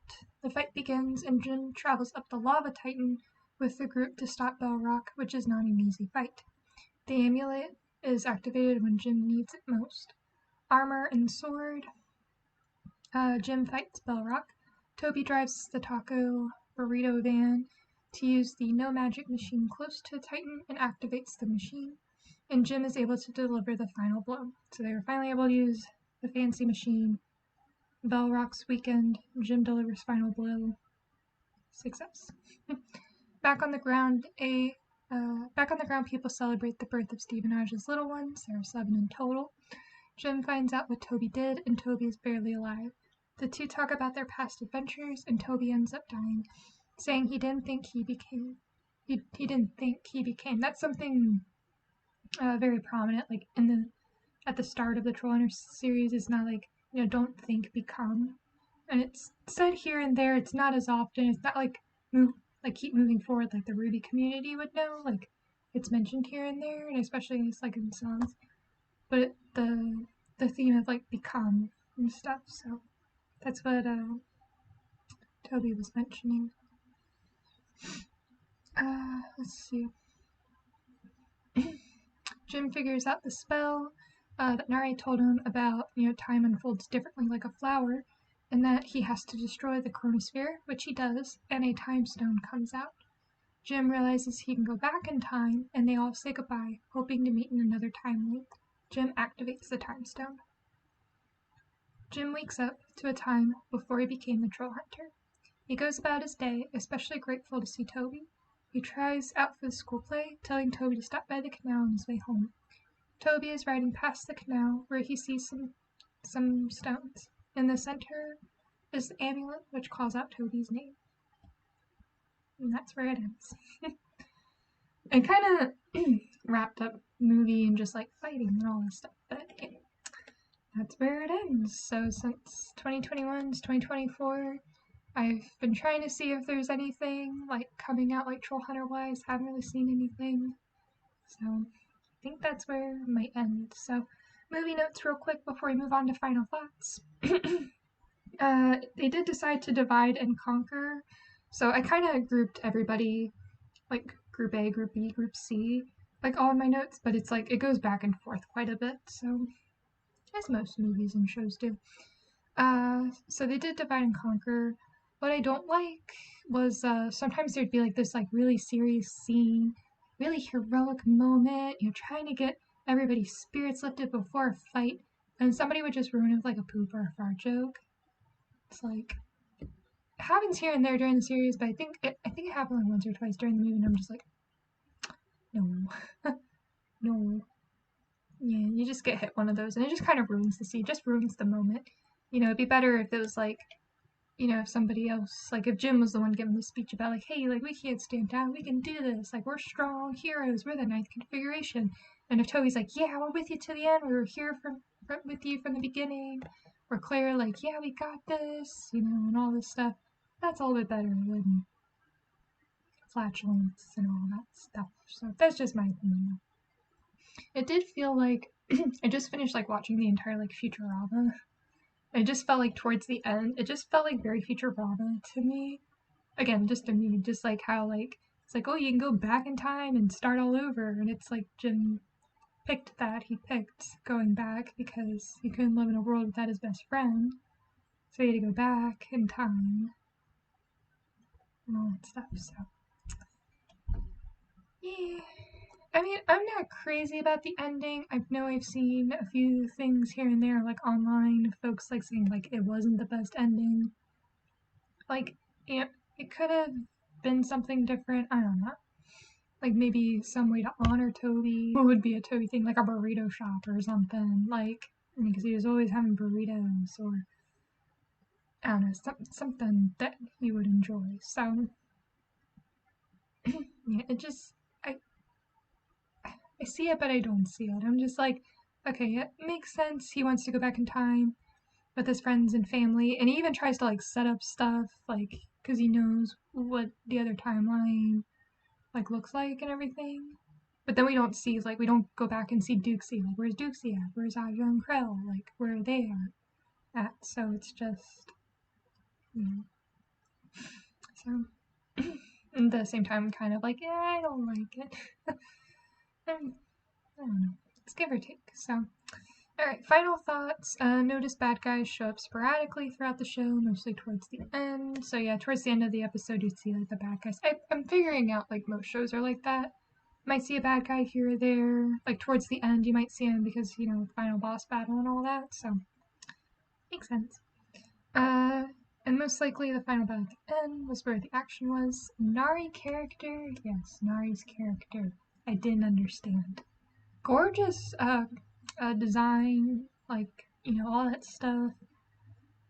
I just don't understand her story. I'm sorry, but it's just like she was part of the Arcane Order, technically evil side, but then she goes into good.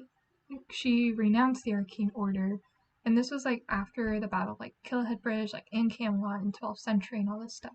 I think it would have been cool to see a scene where like if she was fighting somebody like one-on-one, like a troll or a knight or something, like see like and like she defeats it or something, and then because she's all about life, because she's earth and stuff, and she just took somebody's life away, that is just like uh that sudden realization of like, oh my gosh, like it's supposed to be life, like giving life and all this stuff, like reborn, and I just took somebody's life, and then it like cut to the cave scene of her just like what did we just do, and then she goes and seeks asylum at Camelot, like then that would make sense, but it just like cut to all of a sudden she's in the castle, like seeking shelter, and you have to protect her, but it's like she was one of the bad guys, like what happened?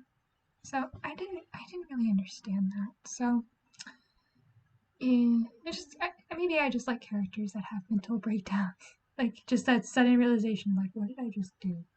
So, that's just me, though. So, and I will say one more final thought before we close, which is, if they were to do, I haven't seen anything. I've seen some pretty awesome edits of Trollhunters because I was looking up just some like reviews and stuff, but I was seeing like what was already out there before I did this, and I've seen some pretty cool, awesome edits. So good job, y'all.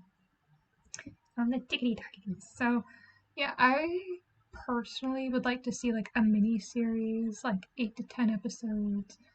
Like maybe Toby now as the troll hunter, because I'm gonna assume that now he's the troll hunter and all this stuff. Like, how would he touch him? Because Jim was pretty, like, he told him, but I think he was a bit hesitant and all this stuff. Like, Toby would be so excited. He'd get a sword. I'm pretty sure he'd probably want a hammer, though, because he was, like, all about the hammer and all this stuff. Hey, I'm all about hammers, too. So, I have a whole review on that as well. Where is hammer? But, yeah, so, I don't know. And then just fighting something. I don't know. I don't know if, like, the whole story would start again, or if it'd be something new, if this is an alternative timeline. So, I'm not writing fan fiction on it. This is probably my last thing ever I ever do, so. I mean, I do have the Aja cosplay, and I do want to cosplay her alien form, so that might be another thing, so. But yeah, maybe in the future, I don't know. I have to wait and see, so. Alright, and that wraps up Trollhunters series, all of the above. Woohoo! We made it, so thank you if you made it this far. Drop is there a burrito or a taco in the chat? And I'll give you taco. You can taco about Trollhunters respectfully, civilly in the comments as well. Let me know your thoughts. What are your thoughts about Trollhunters? What are some things that stand out? Who's your favorite character? What's your favorite scene? Let me know. I also want to say too, thank you, Springy, for letting me use your YouTube channel, Demon Interviews here, to talk about it. I have other channels and I try to keep it wholesome. And I was like watching this and I'm like, I have a few minor squabbles and I talk like squabbles and stuff, but I'm usually like, yeah, like it's all good in the world and I like this series. And this one I was just like, I have a few notes. And then Springy was very gracious to lend me his channel and one of the Demon Media slots in order to talk about the entire series. So, yay! Because I don't want to find people and all that too, so it's like, I don't know if anybody else watches. Nobody commented on any of my like stories, like, oh, you're watching Trollhunters? I've watched it too. It's like, I'll just do this solo. So it worked out. So I just want to say thank you all so much for watching. Thanks for tuning in. Hopefully we'll see you next time with Demon Media. So yeah, until then, hope everyone's taking care, staying safe, and we'll see you next time. Bye bye.